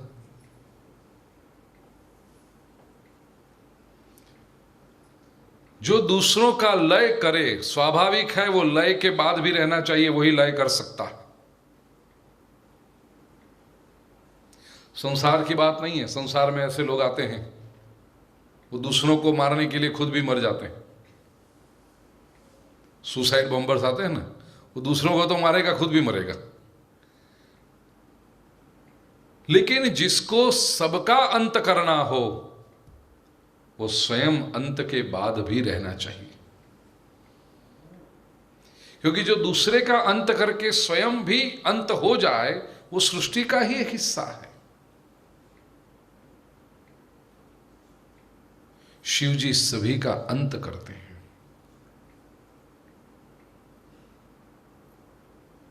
मार्कंडेय ऋषि, उम्र बहुत छोटी, पता चल गया कि उनकी आयु केवल 16 वर्ष है, 16 इयर्स की आयु है। तो बचपन में ही शिव जी की उपासना शुरू कर दी। मृत्यु के देव है ना शिव जी।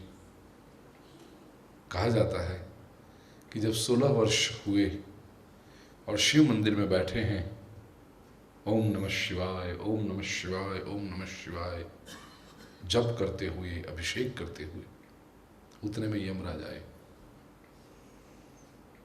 16 वर्ष का ये बालक मार्कंडेय डर गया। यमराज आ गए। डर के मारे उसने सीधे शिवलिंग को यूं पकड़ लिया। कहानी पुराणों की होती है, इसके तात्विक अर्थ को समझते जाना, केवल शब्दों को मत पकड़ना। शिवलिंग पे ऐसे आलिंगन कर लिया। यमराज तो लेने के लिए आए थे और यम के पास कहाँ समय होता है, कितने दूसरे लोगों को लेकर जाना। तो उसने यमपाश फेंका और खींचने की कोशिश की। हमारे शास्त्रों में कहा गया है कि जो शिवलिंग होते हैं ना, उसका मूल पाताल से भी नीचे, मतलब उसका कोई अंत नहीं होता। अब बिल्डिंग बनाओ तो उसका फाउंडेशन 5 मीटर, 10 मीटर, 20 मीटर, जैसा जितना ऊंचा बिल्डिंग, लेकिन जो शिवलिंग है वो अनंत होता है नीचे। यम ने खींचने का प्रयास किया, यमपाश से बांधकर।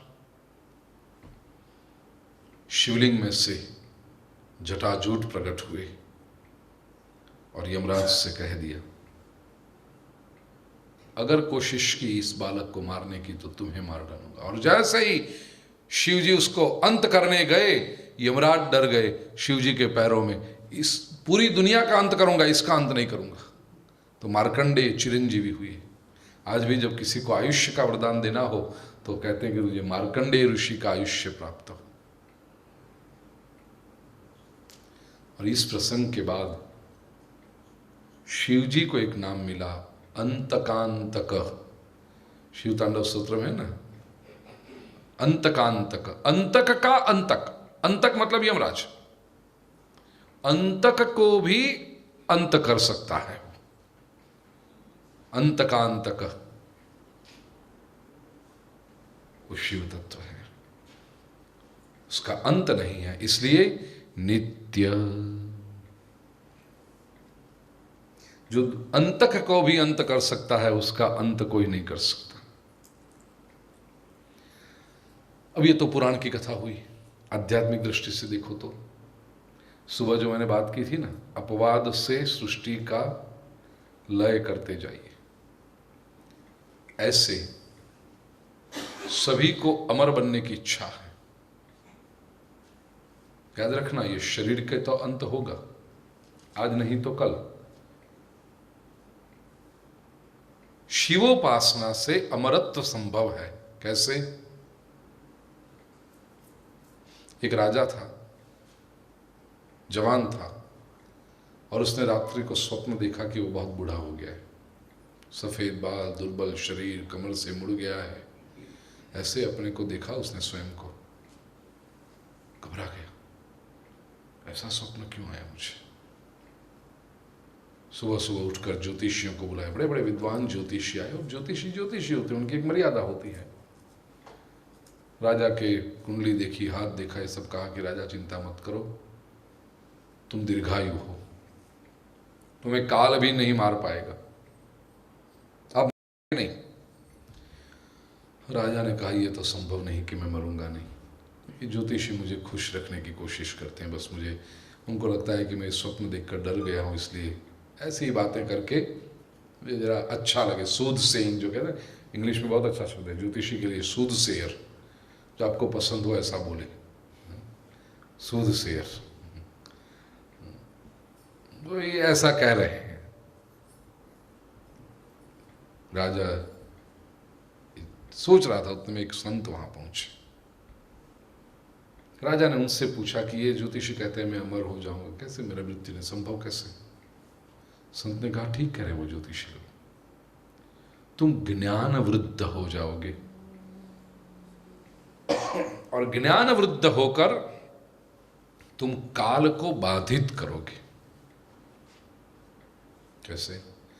जैसे स्वप्न में तुमने देखा कि तुम 80 साल के वृद्ध हो गए, लेकिन स्वप्न से जागे तो तुम्हें पता चला है कि तुम जवान हो अभी। ऐसे ये संसार में जन्म मृत्यु की श्रृंखला से व्यक्ति पसार होता है, लेकिन जब उसको आत्म जागृति हो जाती है तब पता चलता है कि ये बदलना तो केवल शरीर का बदलना है, आत्मा के रूप में मैं अविनाशी हूं, और ये ज्ञान तुम्हें हो जाएगा, वो अमरत्व तुम्हें प्राप्त होगा। वेदांत की परिभाषा में ये ज्ञान के अधिष्ठाता देव हैं शिव जी। इसलिए नित्याय, जो नित्य है, दूसरों को ये ज्ञान दे सके तो स्वयं को नहीं होगा, क्योंकि कोई भी बात जब आप दूसरों को कब दे सकते हो? आपने जेब में से निकाल के 1000 रुपए दूसरे को दिए, उसका मतलब आपकी जेब में थे तब दिए, इतना ही नहीं, एग्जैक्टली 1000 से ज्यादा थे इसलिए 1000 दिए, और भी तो अंदर होगा ना। ऐसे जब ज्ञान भी कोई देता है तो स्वयं उसके पास होता है तब देता है, और जितना देता है उससे अधिक होता है तभी दे पाता है। क्योंकि रटी रटाई तो बातें ये होती नहीं, और रटी रटाई जो बातें होती है वो बोध नहीं होता, वो ज्ञान नहीं होता, वो इन्फॉर्मेशन दे रहा है, क्योंकि उसने कुछ इन्फॉर्मेशन पाई है जो इन्फॉर्मेशन पास ऑन कर रहा है। वो ज्ञान नहीं कहेंगे उसको, जानकारी है। लेकिन शिव जी का तो भीतर सुग्न जो श्रोता होता है उसको पता चल जाता है ये इन्फॉर्मेशन पास ऑन हो रही है या ज्ञान आ रहा है, ये जीभ से बोला जा रहा है या जीवन से बोला जा रहा है। सुज्ञ श्रोता समझ जाता है। नित्याय, फिर कहा शुद्धाय, शुद्ध है, सीधी बात है। जो नित्य नहीं होगा वो महेश्वर नहीं हो सकता, और जो महेश्वर है वो अनित्य नहीं हो सकता। जो महेश्वर भी है, जो नित्य भी है, वो शुद्ध भी होना ही चाहिए। शुद्ध का अर्थ क्या है? माया मालिन्य रहित जो है वो शुद्ध है। तो शुद्धाय माया मालिन्य रहिताय, माया का मालिन्य जिसमें नहीं है। क्या करती है माया? माया है क्या? जो भी उत्पत्ति और अंतवंत होते हैं, जिसका आज जन्म हुआ 100 साल के बाद मृत्यु होगी, उन सभी में माया का मालिन्य आता ही है। माया है क्या? 3 गुण की माया है, त्रिगुणमयी माया। सत्वम रजस्तम इति गुणा प्रकृति संभवा। भगवद गीता में कृष्ण कहते हैं 14वें अध्याय में, जो संभव होते हैं। और माया का भी ये भी लक्षण है, जो उत्पन्न होता है और नष्ट होता है वो माया है। 3 गुण प्रकृति से उत्पन्न होते हैं, सत्व, रज और तम। और ये तीनों गुणों का मालिन्य वो ही माया मालिन्य है। 14वें अध्याय में भगवान ने बहुत सुंदर वर्णन किया है। अप्रकाशो अप्रवृत्तिश्च प्रमादो मोह एव च तमस्येतानि जायन्ते विवृद्धे कुरु नन्दन। तमस्त्वज्ञानजं विद्धि मोहनं सर्वदेहिनां प्रमादालस्य निद्राभिस्तन्निबध्नाति भारत। तमोगुण का मालिन्य बढ़ जाए तो क्या होता है? प्रकाश मंद हो जाता है। अप्रकाशो अप्रवृत्ति ही, ये तमोगुण बढ़ने पर होता है। प्रकाश बंद हो जाए, प्रकाश कम हुआ, इसका मतलब क्या हुआ? अप्रकाश हुआ, अंधेरा। अभी देखिए लाइट चली गई थी, अंधेरा हो गया। अंधेरे में क्या होगा? जो होगा वो दिखाई नहीं पड़ेगा, और संभव है भ्रम दिखाई पड़े। या कमरे में देख के दूर तक देखना, रात के समय कोई ठूठा भी होगा ना खड़ा हुआ, लगेगा कोई आदमी खड़ा है, क्योंकि अप्रकाश है, कम प्रकाश है। भ्रम होते हैं, जो नहीं है वो दिखाई पड़ता है वो दिखाई नहीं पड़ता। इसी को कहते हैं संशय। तो संशय क्या है? तमोगुण जब बढ़ जाता है तब संशय आता है। व्यक्ति जितना संशयी, व्यक्ति के मन में जितने डाउट्स, उतना ज्यादा तमोगुण। ये ऐसा होगा, ऐसा बुरा होगा, ये गलत करता होगा, ये मुझे कुछ कर डालेगा, ये मुझे ऐसा कर डालेगा। तो वो कैसे कैसे संशय होते हैं।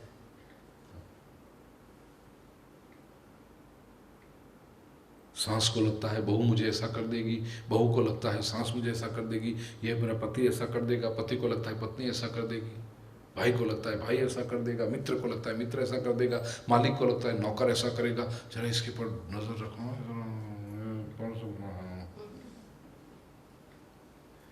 ये जितने अधिक संशय, अब सावधानी एक बात है, लेकिन जितने अधिक संशय, कई बार तो बरसों तक ये संशय चलते हैं। जितने अधिक संशय उतना अधिक तमोगुण का प्रबलत्व। इतना बढ़ाओ,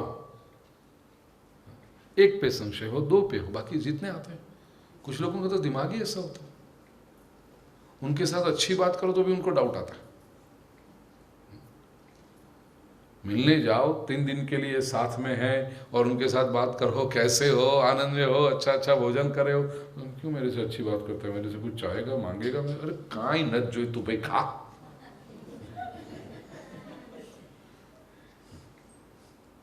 कोई अच्छा आदमी बनने जाए तो भी उसको डाउट आता है, क्यों मेरे साथ इतना पर्सनल है, क्यों मेरे साथ इतनी अच्छी हंस हंस के बातें करता है, वो मेरे पास कुछ मांगेगा भी, कुछ उसको देना पड़ेगा, मुझे कुछ करना पड़ेगा। Doubt doubt doubt. कोई कुछ नहीं चाहता तुमसे, क्या चाहता है? मौज करो जीवन में।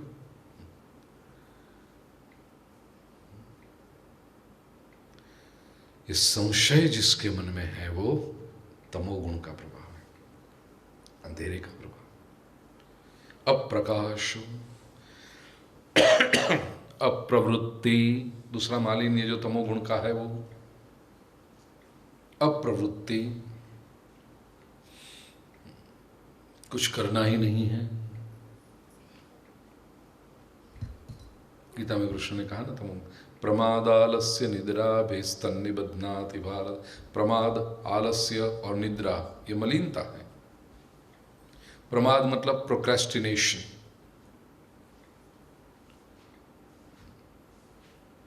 जो करना चाहिए वो नहीं करते, और जो नहीं करना चाहिए वो कर रहे हैं, इसको कहते हैं प्रमाद। महाभारत में दुर्योधन से पूछा गया, कृष्ण ने पूछा, युद्ध पूरा हो गया, सर्वनाश हो गया और दुर्योधन भी बस सब मरने को है। उस समय जाकर कृष्ण पूछते हैं उससे कि दुर्योधन अब तुझे पछतावा हो रहा है कि तूने जो किया वो गलत किया? दुर्योधन बड़ा बुद्धिमान था दुर्योधन। ये बुरे लोग अच्छे लोगों से ज्यादा बुद्धिमान होता है, ये मेरा अनुभव है भाई। हमारे जो कहते हैं ना, जो चोर है ना वो पुलिस से 2 कदम आगे चलता है, हम तो पीछे पीछे, अरे ये भी कर सकता है, अरे ये भी कर सकता है। हम तो केवल साफ करने का काम करते हैं। वो जो गलत काम करने वाला कितना बुद्धिमान होता है। दुर्योधन बड़ा बुद्धिमान था। पांडव जितने धार्मिक, जितने ज्ञानी, जितने सीधे सरल, ऐसे व्यक्तियों की संपत्ति हड़प करके उनको निकाल देना और राज्य में मेजॉरिटी अपने पास में कर लेना, कितना बुद्धिमान होगा ये आदमी। खुद गलत होते हुए भी मेजॉरिटी को अपने पास में, कैसी वो बातें करता होगा, कैसे वो लोगों को जीत लेता होगा। महाभारत के युद्ध में देखो, कृष्ण जिस पक्ष में खड़े हैं वहां पर माइनॉरिटी है। पांडवों की सेना 7 अक्षौहिणी है और दुर्योधन की 11 अक्षौहिणी सेना है। हम सब जानते हैं कि पांडव सही थे, पांडव धार्मिक थे, पांडव अच्छे थे, फिर भी दुर्योधन ने मेजॉरिटी अपने हाथ में कर ली। बिना बुद्धि से होता ही है, जबरदस्त बुद्धिमान हो। तो अंतिम क्षणों में जाकर कृष्ण कहते हैं कि अब तुझे लगता है कि तूने ये गलत काम किया। जानामि धर्मम न च मे प्रवृत्ति, जानामि अधर्मम न च मे निवृत्ति, केनापि देवेन हृदय स्थितेन यथा नियुक्तोस्मि तथा करो। दुर्योधन कहता है कृष्ण, धर्म क्या है मत सिखाओ मुझे। जानामि धर्मम, मुझे पता है धर्म क्या है, लेकिन न च मे प्रवृत्ति, मैंने उस मार्ग पर कभी प्रवृत्ति की ही नहीं। It's not that I did not know what is right, I knew what is right but I did not do it at all. इसको कहते हैं प्रमाद। और जानामि अधर्मम, मुझे ऐसा भी नहीं था कि अधर्म क्या है वो मुझे पता नहीं था, मैं जानता था कि मैं जो कर रहा था वो गलत था। न च मे निवृत्ति, लेकिन उसमें से मैंने अपने आप को निवृत्त किया ही नहीं। I never retired my self. तो मैं जो करता गया वो जानते हुए, मुझे पता था कि ये गलत हो रहा है, फिर भी मैं करता गया। क्यों? अब देखो, भगवान सामने खड़े हैं और ये कह रहा है केनापि देवेन हृदय स्थितेन। ये तो जो देवता लोग हैं हृदय में आकर के प्रेरणा करते हैं वैसा मैं करता गया, मैं कहाँ रिस्पॉन्सिबल हूं। यथा नियुक्तोस्मि तथा करोमि। संसार में हर एक को कुछ न कुछ करना था, तो मेरे हिस्से में ये आया, महाभारत करना आया मेरे हिस्से में। I am just an object. कितना लीगल माइंड है इसका। मैं तो केवल इंस्ट्रूमेंट था, बाकी अच्छा बुरा क्या था वो सब मुझे पता था।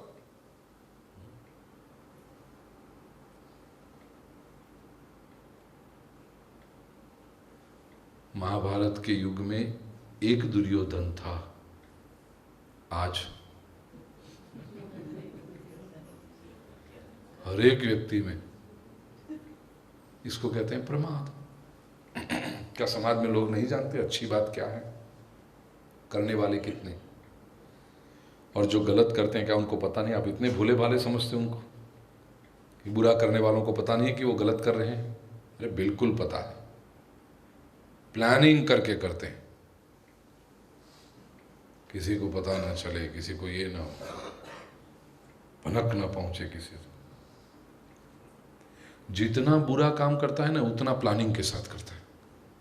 अच्छे काम में तो थोड़ी प्लानिंग कम भी रहेगी तो चलेगा, लेकिन बुरे काम तो इतने परफेक्ट प्लानिंग से करता है।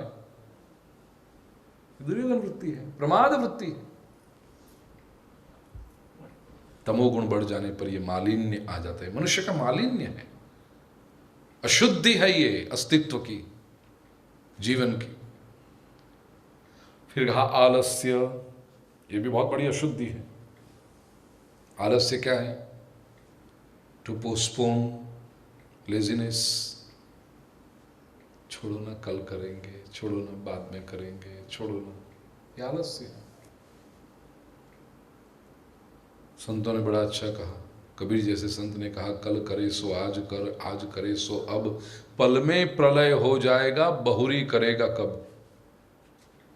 किसी शरारती ने इसका उल्टा कर दिया, आज करे सो कल कर, कल करे सो परसों, इतनी भी जल्दी क्या है जब जीना है बरसों बरसों।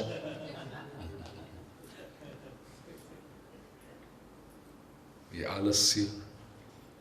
और निद्रा, इसके बारे में तो हमें कुछ कहने की आवश्यकता ही नहीं, कहीं भी कभी भी आ ही जाता।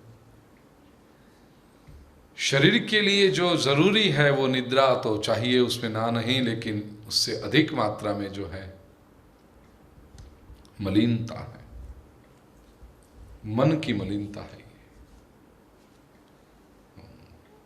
ऐसे रजोगुण का मालिन्य, लोभ प्रवृत्तिरारंभ कर्मणाम शमस्पृहा, रजस्येतानि जायन्ते विवृद्धे कुरु नंदन। लोभ, ये रजोगुण की मलिनता है।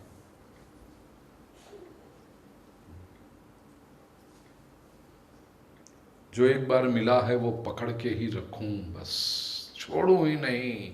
मुझे मिल गया, किसी दूसरे को मिले ही नहीं, इसका नाम है लोभ, मलिनता है। सात्विकता क्या है? गमतू मळे तोल्या गुंजे न भरिए, न गमता नो करे। अगर कोई बात मुझे अच्छी लगी है तो बांटें सबको, ये सात्विकता। लेकिन लोभ के कारण जो मन में मलिनता आती है वो क्या करता है? मुझे पसंद है, कुछ अच्छा मिल गया, अब ये किसी दूसरे को मिले ही नहीं, ये लोभ है, मलिनता। और जितना है वो सब मुझे ही मिलता रहे बस। ये लोग सब थे ना, कंस, रावण, जरासंध, इकट्ठा ही करते गए, बस मुझे ही मिले, दूसरे किसी को मिलना ही नहीं चाहिए कुछ। मालिन्य है। सत्व गुण का भी मालिन्य होता है। क्या है? सत्वम सुखे संजयति, सुख की अभिलाषा, यह सत्व गुण का मालिन्य है। ऑब्जेक्टिव हैप्पीनेस की अभिलाषा, वस्तुओं में से जो सुख मिलता है, विषय में से जो सुख मिलता है, उसकी अभिलाषा, यह सत्व गुण की मलिनता है। क्योंकि याद रखना, विषय में से जो सुख मिलता है वो खुजली की तरह है। खुजली जब खुजाते हो ना तो बड़ा मजा आता है। खरजवा जने थया हुए ने मजा लीधी हुई ने खबर इतना ही खुजली आती है, रोक नहीं सकते आप अपने आप को। खुजाते समय मजा आता है, लेकिन उसी से वो खुजली फैलती है। इन्फेक्शन भी होता है, शरीर के दूसरे हिस्सों में होगा, और जहां भी खुजाया है वहां भी लहू निकल आएगा, वो बीमारी और बढ़ेगी। स्केबीज ना, खराज,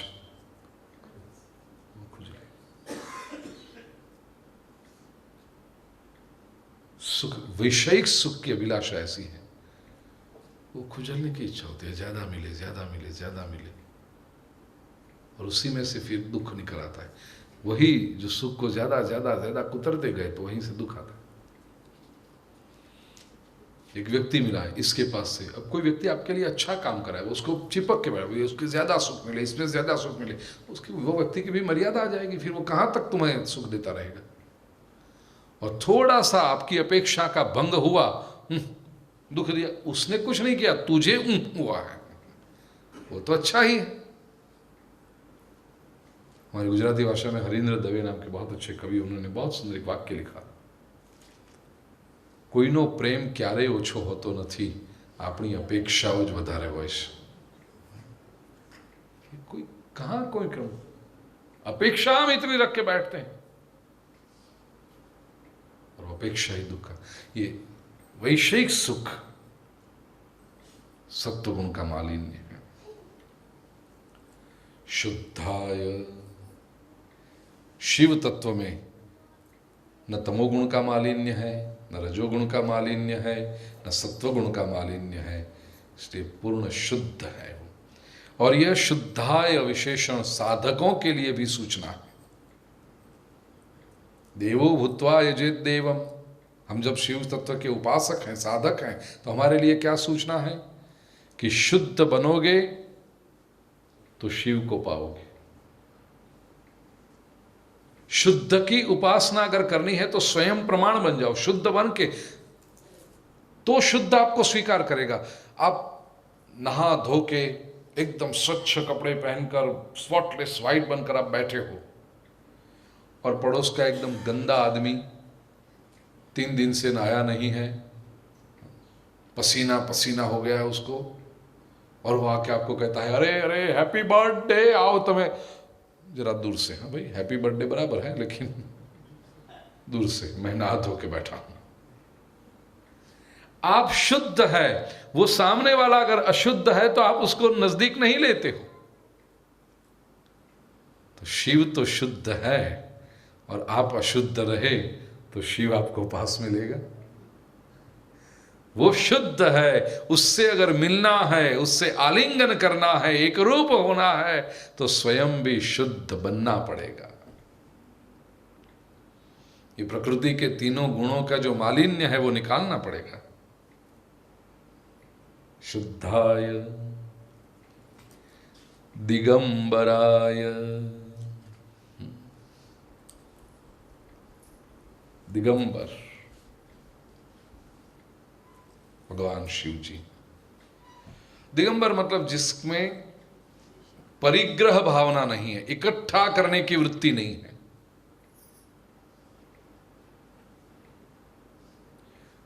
जिसको वस्त्र भी नहीं चाहिए, अब दूसरे की तो अपेक्षा ही क्या रही, वस्त्र भी नहीं चाहिए। दिगंबर का दूसरा अर्थ है जो जैसा है वैसा प्रकट हो जाता है। दिगंबर का अर्थ कुछ लोगों ने ऐसा किया कि शिव जी के पास कुछ नहीं है, वो गलत अर्थ है। दिगंबर का अर्थ वो नहीं है जिसके, नहीं तो नंगा कहते ना,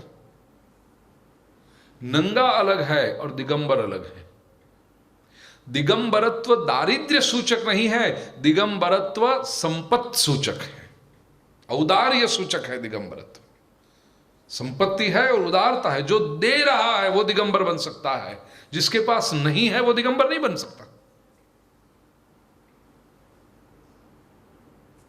उदारता है, केयरफ्रीनेस है।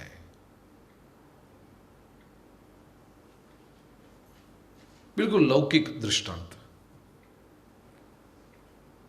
आप बाहर निकलोगे तो पूरी टाप टिप करूं, ये पहने मैचिंग का बराबर है, इधर का ये बराबर है, इसका फिटिंग बराबर है, ये ठीक है, सब कुछ करके निकलोगे बाहर जब निकलोगे, क्योंकि आप कॉन्शियस हो लोग आपके बारे में क्या सोचेंगे कैसे, और वो सब अननेचुरल है ना, कृत्रिम तो है ही उसमें। और जब आप घर में आते हो तब फिर आप मैचिंग की नहीं सोचते। मैं तो जैसा ही घर में जाता हूं, मेरे कमरे में जाता हूं, पहला काम ये कुर्ता निकाल के रख देता हूं। क्यों? क्योंकि वो मेरी सहजता है। I feel comfortable. उतारो ना बदा वागा, कंफर्टेबल। तो ऐसा नहीं कि मेरे पास कपड़े नहीं हैं, लेकिन वो सहजता में जब जाते हैं, अब उसी की एक हाइट आते गई, कुछ छुपाना नहीं है, कुछ दिखाना नहीं, भाई जैसा हूं, ये मेरा शरीर ऐसा है, जैसा हूं मैं वैसा आपके पास। अगर इतने स्टार्च किए हुए, इस्त्री किए हुए कुर्ते से प्रेम है तो लो, करो आलिंगन ये कुर्ते को, मैं चला यहां से। गांधी जी के जीवन में नहीं, गांधी नहीं, विवेकानंद के जीवन में घटना हुई। कोई रॉयल फैमिली में, उस समय तो भारत में राजा हुआ करते थे ना, तो कहा गया कि राजा के वहां जाना है आसपास के वहाँ के लोग देखो महल में जाना है, वहाँ से बड़े बड़े मेहमान आएंगे, आपकी पधरावनी वहाँ पर हो रही है, तो आपको सज धज के आना पड़ेगा ऐसा ठीक तरह से। भले आप गेरुए कपड़े पहनो लेकिन अच्छे वाले, धोए हुए, ये किए हुए, सिल्क के, रिच दिखना चाहिए।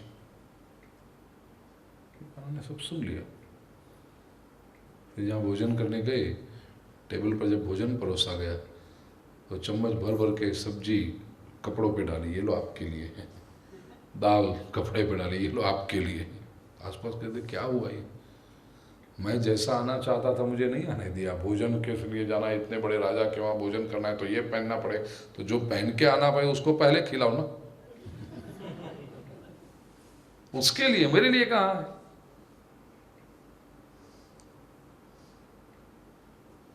दिगंबराय, कुछ छुपाना नहीं है, दिगंबर हो सकता, सहजता है। शिव तत्व भी ऐसा है, दिगंबर है। और शिव जी दिगंबर है क्यों? क्योंकि साथ में साक्षात पार्वती है, जगदम्बा है। दिगंबर तो नहीं हो सकता, ये भी ध्यान रखना चाहिए। पार्वती, बड़ा प्यारा सा श्लोक। गृहिणी सही हो ना तो पति उदार बन सकता है, गृहिणी अगर सही ना हो तो पति की मुट्ठी अपने आप बंद हो जाएगी। पति को पता है कि बाकी सब संभाल के बैठी है, चिंता नहीं है, तब पति उदार हो सकता है। स्वयं पंचमुख पुत्रौ गजानन षडाननौ दिगंबर कथम जीवेद अन्नपूर्णा न चेद गृहे। स्वयं पंचमुख, शिव जी स्वयं 5 मुख वाले। पुत्रौ गजानन षडाननौ, सब आनन आनन आता, आनन का अर्थ है मुख। पुत्र 2 हैं, एक गजानन हाथी का मुख वाला, उसको कितना चाहिए, और दूसरा षडानन 6 मुख वाला। स्वयं पंचमुख पुत्रौ गजानन षडाननौ, और खुद तो रहता है दिगंबर। दिगंबर कथन जीवेत, पास में तो कुछ रखता नहीं। अन्नपूर्णा न चेद गृहे, चेद मतलब अगर, इफ, अगर घर में अन्नपूर्णा न होती तो ये दिगंबर जिंदगी कैसे निकालते। उनके 5 मुख, हाथी का मुख गणेश जी का, और ये 6 मुख वाला 11 और 12 मुख को फीड करना, और ये तो दिगंबर, कैसे जीवन जीते। अन्नपूर्णा न चेद गृहे, अगर घर में अन्नपूर्णा न होती तो। अन्नपूर्णे महापूर्णे शंकर प्राणवल्लभे ज्ञान विज्ञान सिद्ध्यर्थम भिक्षान देहि च पार्वती। ये पार्वती अन्नपूर्णा है, और वो पार्वती है इसलिए शिव जी दिगंबर रह सकते हैं। पार्वती प्रतीक है अडिग श्रद्धा। सती के मन में संशय आ गया था, कहानी आप भागवत में जानते हो, घटना पूरी। सती के मन में संशय आया तो पिता के घर जाकर अग्नि में आप आत्मविलोपन करना पड़ा, जल के राख हो गई। क्यों? क्योंकि शिव तत्व के प्रति संशय आया। पिता के घर जाकर आत्मविलोपन, क्योंकि किसी ने नहीं संभाला। लेकिन वही सती जब अपनी गलती का एहसास हुआ तो दूसरे जन्म में पार्वती, पार्वती मतलब पर्वत जैसी स्थिर श्रद्धा। रामचरितमानस में आप पढ़ो, कितना सुंदर प्रसंग है वो। स्थिर श्रद्धा कि अब मेरी गलती मुझे पता चल गई कि मैंने आप जैसे निर्मल व्यक्तित्व के ऊपर संशय का आरोप लगाया, अब मुझे गलती का पता चला। स्थिर श्रद्धा पार्वती, वही अन्नपूर्णा बनी। और वो जब स्थिर श्रद्धा हो तो दिगंबरत्व संभव है। कोई मिसअंडरस्टैंडिंग का प्रश्न ही नहीं। पार्वती जैसी श्रद्धा हो, कहां कोई मिसअंडरस्टैंडिंग कर सकता। दिगंबर कथन जीवेत अन्नपूर्णा न चेद गृहे। दिगंबराय तस्मै नकाराय नमः शिवाय। उस नकार को, नकार रूपी शिव को हम नमस्कार करते हैं। दूसरा श्लोक बड़ा प्यारा है, अब इतनी देर नहीं लगाऊंगा, चिंता मत करो आप। हमेशा कहता हूँ फाउंडेशन में समय लगता है भवन भाई, बाकी फिर बिल्डिंग बनने में तो फटाफट हर हफ्ते एक एक स्लैब लगाते जाओ, फटाफट खड़ा हो जाता है। फिर फिनिशिंग में थोड़ा समय लगता है, बाकी स्ट्रक्चर तो फाउंडेशन एक बार हो गया, प्लिंथ तक आ गए ना, फिर स्ट्रक्चर तुरंत खड़ा हो जाता है। तो ये प्लिंथ तक आ गए, पहला श्लोक पूरा हुआ ना। इतने सारे गुण हमने समझ लिए। नागेंद्र हाराय त्रिलोचनाय भस्मांग रागाय महेश्वराय नित्याय शुद्धाय दिगंबराय तस्मै नकाराय नमः शिवाय। आइए दूसरा श्लोक हम साथ में बोलें। मंदाकिनी सलिल चंदन चर्चिताय, मंदाकिनी नंदीश्वर प्रमथनाथ महेश्वराय,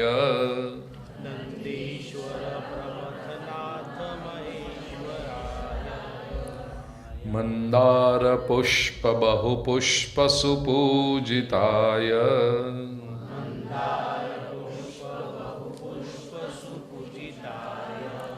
तस्मै मकाराय नमः शिवाय।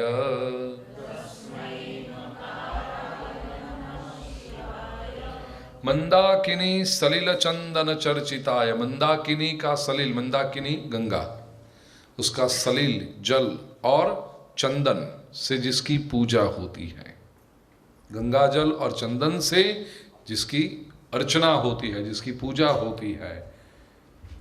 नंदीश्वर प्रमथनाथ महेश्वराय, नंदीश्वर और मतलब नंदी के अधिपति, ऐसे प्रमथ के भी जो गण हैं, प्रमथ है वो नंदी के अधिपति हैं, उसके भी महेश्वर है। नंदीश्वर प्रमथनाथ महेश्वराय। मंदार पुष्प सुपुष्प, मंदार पुष्प बहुपुष्प सुपूजिता है। मंदार पुष्प और बहुपुष्प मतलब अलग अलग अन्य प्रकार के जो पुष्प हैं, ऐसे पुष्पों से जिसकी पूजा होती है, वैसे तस्मै मकाराय नमः शिवाय, ऐसे म स्वरूप जो शिव है उसको मैं नमस्कार करता हूं।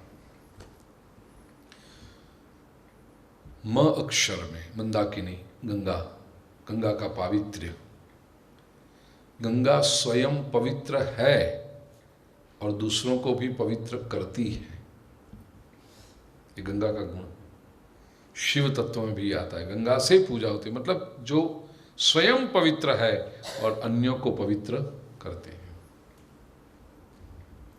ये कौन सी पवित्रता है? जैसे आगे मालिन्य देखा ना, ऐसे प्रवाहित होकर जो पवित्र है वो गंगा है। नदी वेगेन शुद्धते।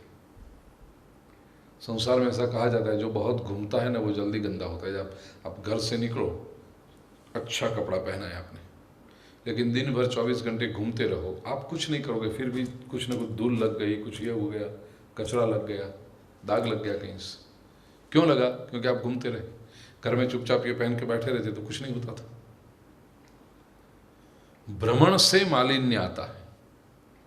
नदी ऐसी है कि वो जितनी गति से जाती है उतनी वो शुद्ध होती है। ये फर्क है। नदी अगर स्थिर हो गई तो वो गंदी होने लगेगी, उसमें फिर खड्डे में पानी भर गया, पड़ने में उसके ऊपर फिर मछलियां आने लगी, वो गंदा होने लगा, लील आने लगी, सब खत्म हो गया। जब तक वो बह रही है तब तक शुद्ध है।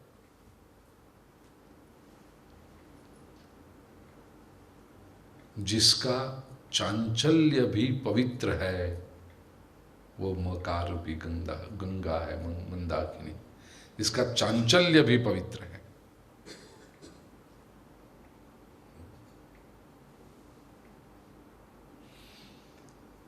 गंगोत्री से जब गंगा निकल के जब देखो जरा कितनी शरारती, कितनी कूदती हुई, नाचती हुई गंगा।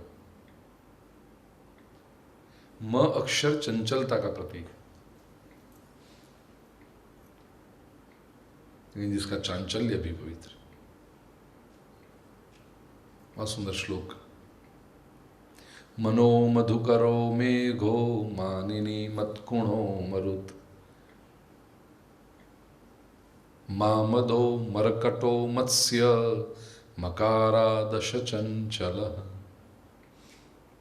ये 10 मकार जो है ना बड़े चंचल है। उसमें पहले कहा मन, म अक्षर से शुरू होने वाले ये 10 बड़े चंचल। सबसे पहला है मन, कितना चंचल है, एक क्षण सीधा बैठता नहीं। बोलो मनो, फिर कहा मधु करो, मधुकर भंवरा, एक फूल में जाकर रस चूसा, दूसरे में वापस उड़ा, तीसरे में, स्थिर नहीं रहता। मनो मधु करो मेघो, मेघ बादल। आपने कभी स्थिर बादल देखे? हिलते रहेंगे, आकार बदलते रहेंगे, चलते रहेंगे, चंचल। मनो मधु करो मेघो, फिर कहा मानिनी, स्त्री, लेकिन उसमें भी सुंदर स्त्री, वो बड़ी चंचल होती। स्त्री जितनी अधिक सुंदर, मतलब हो कि नहीं हो वो बात ऑब्जेक्टिव है, उसको अगर लगता हो कि मैं सुंदर हूं तो वो चंचल रहेगी। Beauty lies in the eyes of the beholder. तो कोई परफेक्ट सुंदर तो होता ही नहीं। उसको लगे कि मैं सुंदर हूं तो चंचलता आ जाएगी उसमें। सुंदर स्त्री कभी स्थिर हो नहीं सकती। चंचल नारी के नैन छुपे नहीं, कभी गंग कहता है सुमशाक पर। सुंदर स्त्री, उसमें चंचलता आ जाएगी, मानिनी। मत गुणो, माकड़, खटमल।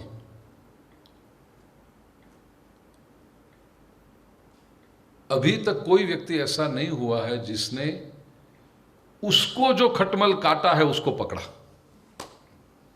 दूसरों को पकड़ सकते हो, लेकिन जो खटमल ने आपको काटा है, काट के तुरंत कहां चला जाएगा पता नहीं चलेगा। बड़ा चंचल। एक व्यक्ति कहीं बाहर गांव गए और होटल में रुके। सुबह जब निकल रहे थे तो रिसेप्शनिस्ट ने, होटल का जो मैनेजर था, उसने ऐसे ही पूछा ग्राहक से बात करते समय कि भाई how was your stay in our hotel, कैसा रहा आप हमारे यहाँ रहे, कैसा लगा रात का। कहते हैं इतने मच्छर थे कि वो सब मुझे उठाकर ले जाने वाले थे, लेकिन थैंक यू आपके गद्दी में जो खटमल थे उन्होंने नीचे से मुझे पकड़ के रखा।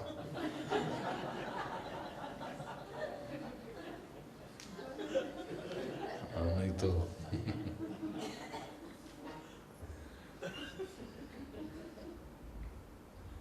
मत को बड़े चंचल। मनो मधुकरो मेघो मानिनी मत कुणो मरुत। पवन बड़ा चंचल होता है। पवन कभी स्थिर होता ही नहीं। स्थिर हुआ तो लोग कहेंगे पवन गिर गया, बस खत्म, वो पवन रहा ही नहीं फिर। माँ, माँ का अर्थ है लक्ष्मी, बड़ी चंचल है।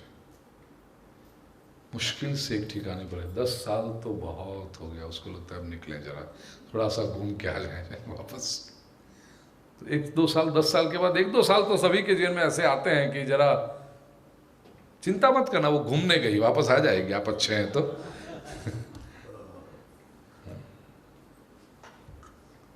उसको लोग कहते हैं रिसेशन आया। वो रिसेशन और कुछ नहीं है, लक्ष्मी थोड़ा घूमने निकली है, अपना चंचलत्व तो दिखा रही है, बस और कुछ नहीं। माँ मदो, माँ फिर मद, मद का अर्थ है अहंकार बड़ा चंचल होता है। मद जिसमें आ गया ना, माँ मदो मरकटो, मरकट वानर, कितना जब एक डाली से दूसरी डाली में, और अंत में कहा मत्स्य, 10वीं मछली, कितनी जब 1.5 फुट की फिश टैंक होती है ना, और उसमें वो इतनी 1 इंच से भी छोटी वाली मछली, आप देखो इधर उधर इधर, दिन भर कहाँ जाना है भाई, बैठना शांति थी। इतनी वो 1.5 फुट की टैंक में 24 घंटे ऊपर नीचे इधर उधर इधर उधर उधर। नहीं होती इच्छा में कहने की तू कहाँ जाएगी, 1.5 फुट तो है और ज्यादा है नहीं, शांति से बैठ जाएगी बाजू पर। मत्स्य बड़ी चंचल, मकारा दश चंचला। तो ऐसे मकार की चंचलता रूपी मालिन्य जब दूर हो जाए, मंदाकिनी सलिल चंदन चर्चित। चंचलता न म, देखिए पहले जो 2 अक्षर है वो न का अर्थ नहीं, म का अर्थ चांचल्य। जिसमें न म चांचल्य नहीं है उसी का शिवाय, उसी का कल्याण होता है। शिव का अर्थ है कल्याण। जीवन में जब तक चांचल्य है तब तक कल्याण असंभव है। जीवन में से जब चंचलता गई न म तो ही शिव, तभी कल्याण होगा।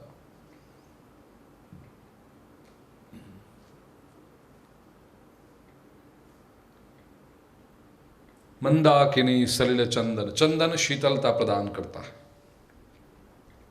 जीवन में शीतलता होनी चाहिए। जो व्यक्ति स्वयं शीतल हो और अन्य को शीतलता प्रदान करे वही शिव स्वरूप हो सकता है। कल्याण वही कर सकता है, शिव कल्याण वही कर सकता है जो शीतलता पर। कल्याण शब्द का भी अर्थ समझने जैसा है।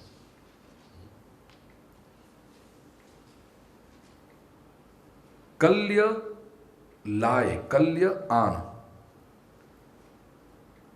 आनयति, कल्य आनयति इति कल्याण।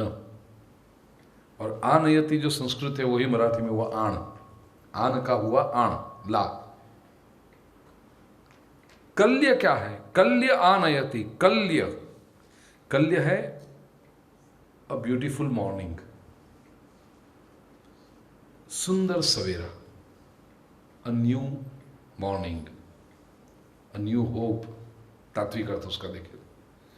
वो जो लाता है उसको कहते हैं कल्याण। तो ऐसी बात, ऐसी प्रवृत्ति, ऐसा व्यक्ति जो तुम्हारे जीवन में नया सवेरा ले आए, नई आशा ले आए, पॉजिटिविटी ले आए, वो ही कल्याणकारी होता है। शीतलता, और वो व्यक्ति का एक गुण होना चाहिए, शीतलता प्रदान कर। आप स्वयं उत्तेजित हो, आप स्वयं एक्साइटेड हो, भावनाओं के प्रवाह में आप बह रहे हो, इमोशनलिज्म में बह रहे हो, अच्छी या बुरी कोई भी प्रकार की भावना में आप बह रहे हो, और वो भी इतना ही फिर आपको और गर्म करे, आपका कल्याण नहीं। शीतलता देने वाला होना चाहिए व्यक्ति जो कल्याण करता है।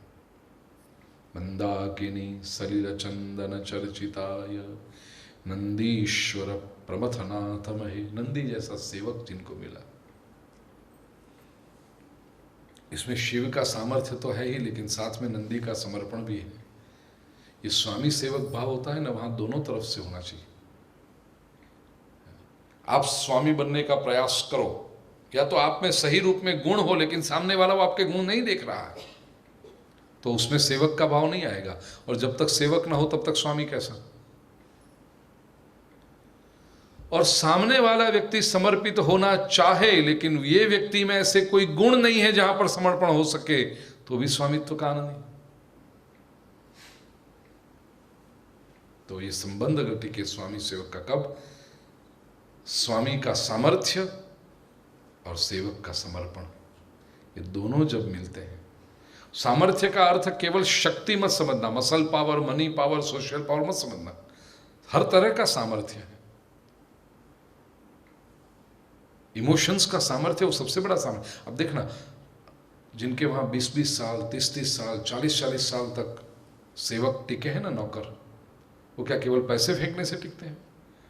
अरे आप जो सैलरी देते हो उससे 200 रुपया कोई ज्यादा देगा तो तुरंत आपको सलाम करके निकल जाएगा, अगले महीने से मैं नहीं हूं।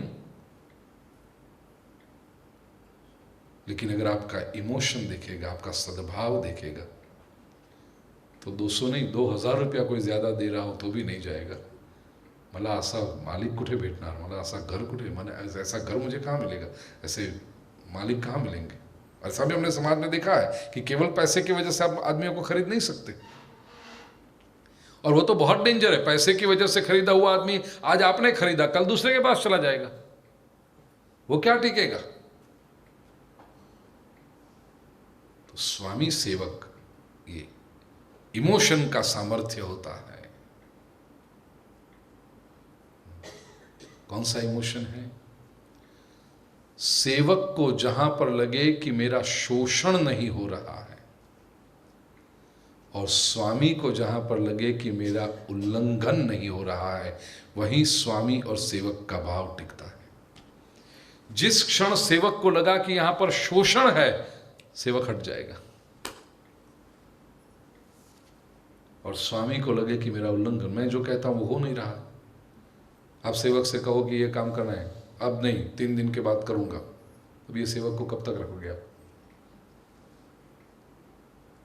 ये 2 तत्व बड़े महत्वपूर्ण हैं। नंदी और शिव संबंधी ऐसा है। नंदीश्वर प्रमथनाथ महेश्वराय, मंदार पुष्प बहुपुष्प सुपूजिताय। मंदार और अलग अलग कई प्रकार के फूलों से जिनकी सुंदर रूप से पूजा की जाती है, वैसे तस्मै मकाराय नमः शिवाय, वह मकार रूपी शिव को नमस्कार करते हैं। न और म को नमस्कार हुए, शिवाय को नमस्कार कल सुबह अंतिम सत्र में करेंगे। कृष्णाय वासुदेवाय हरये परमात्मने प्रणतः क्लेशनाशाय गोविंदाय नमो नमः। ओम शांति शांति शांति।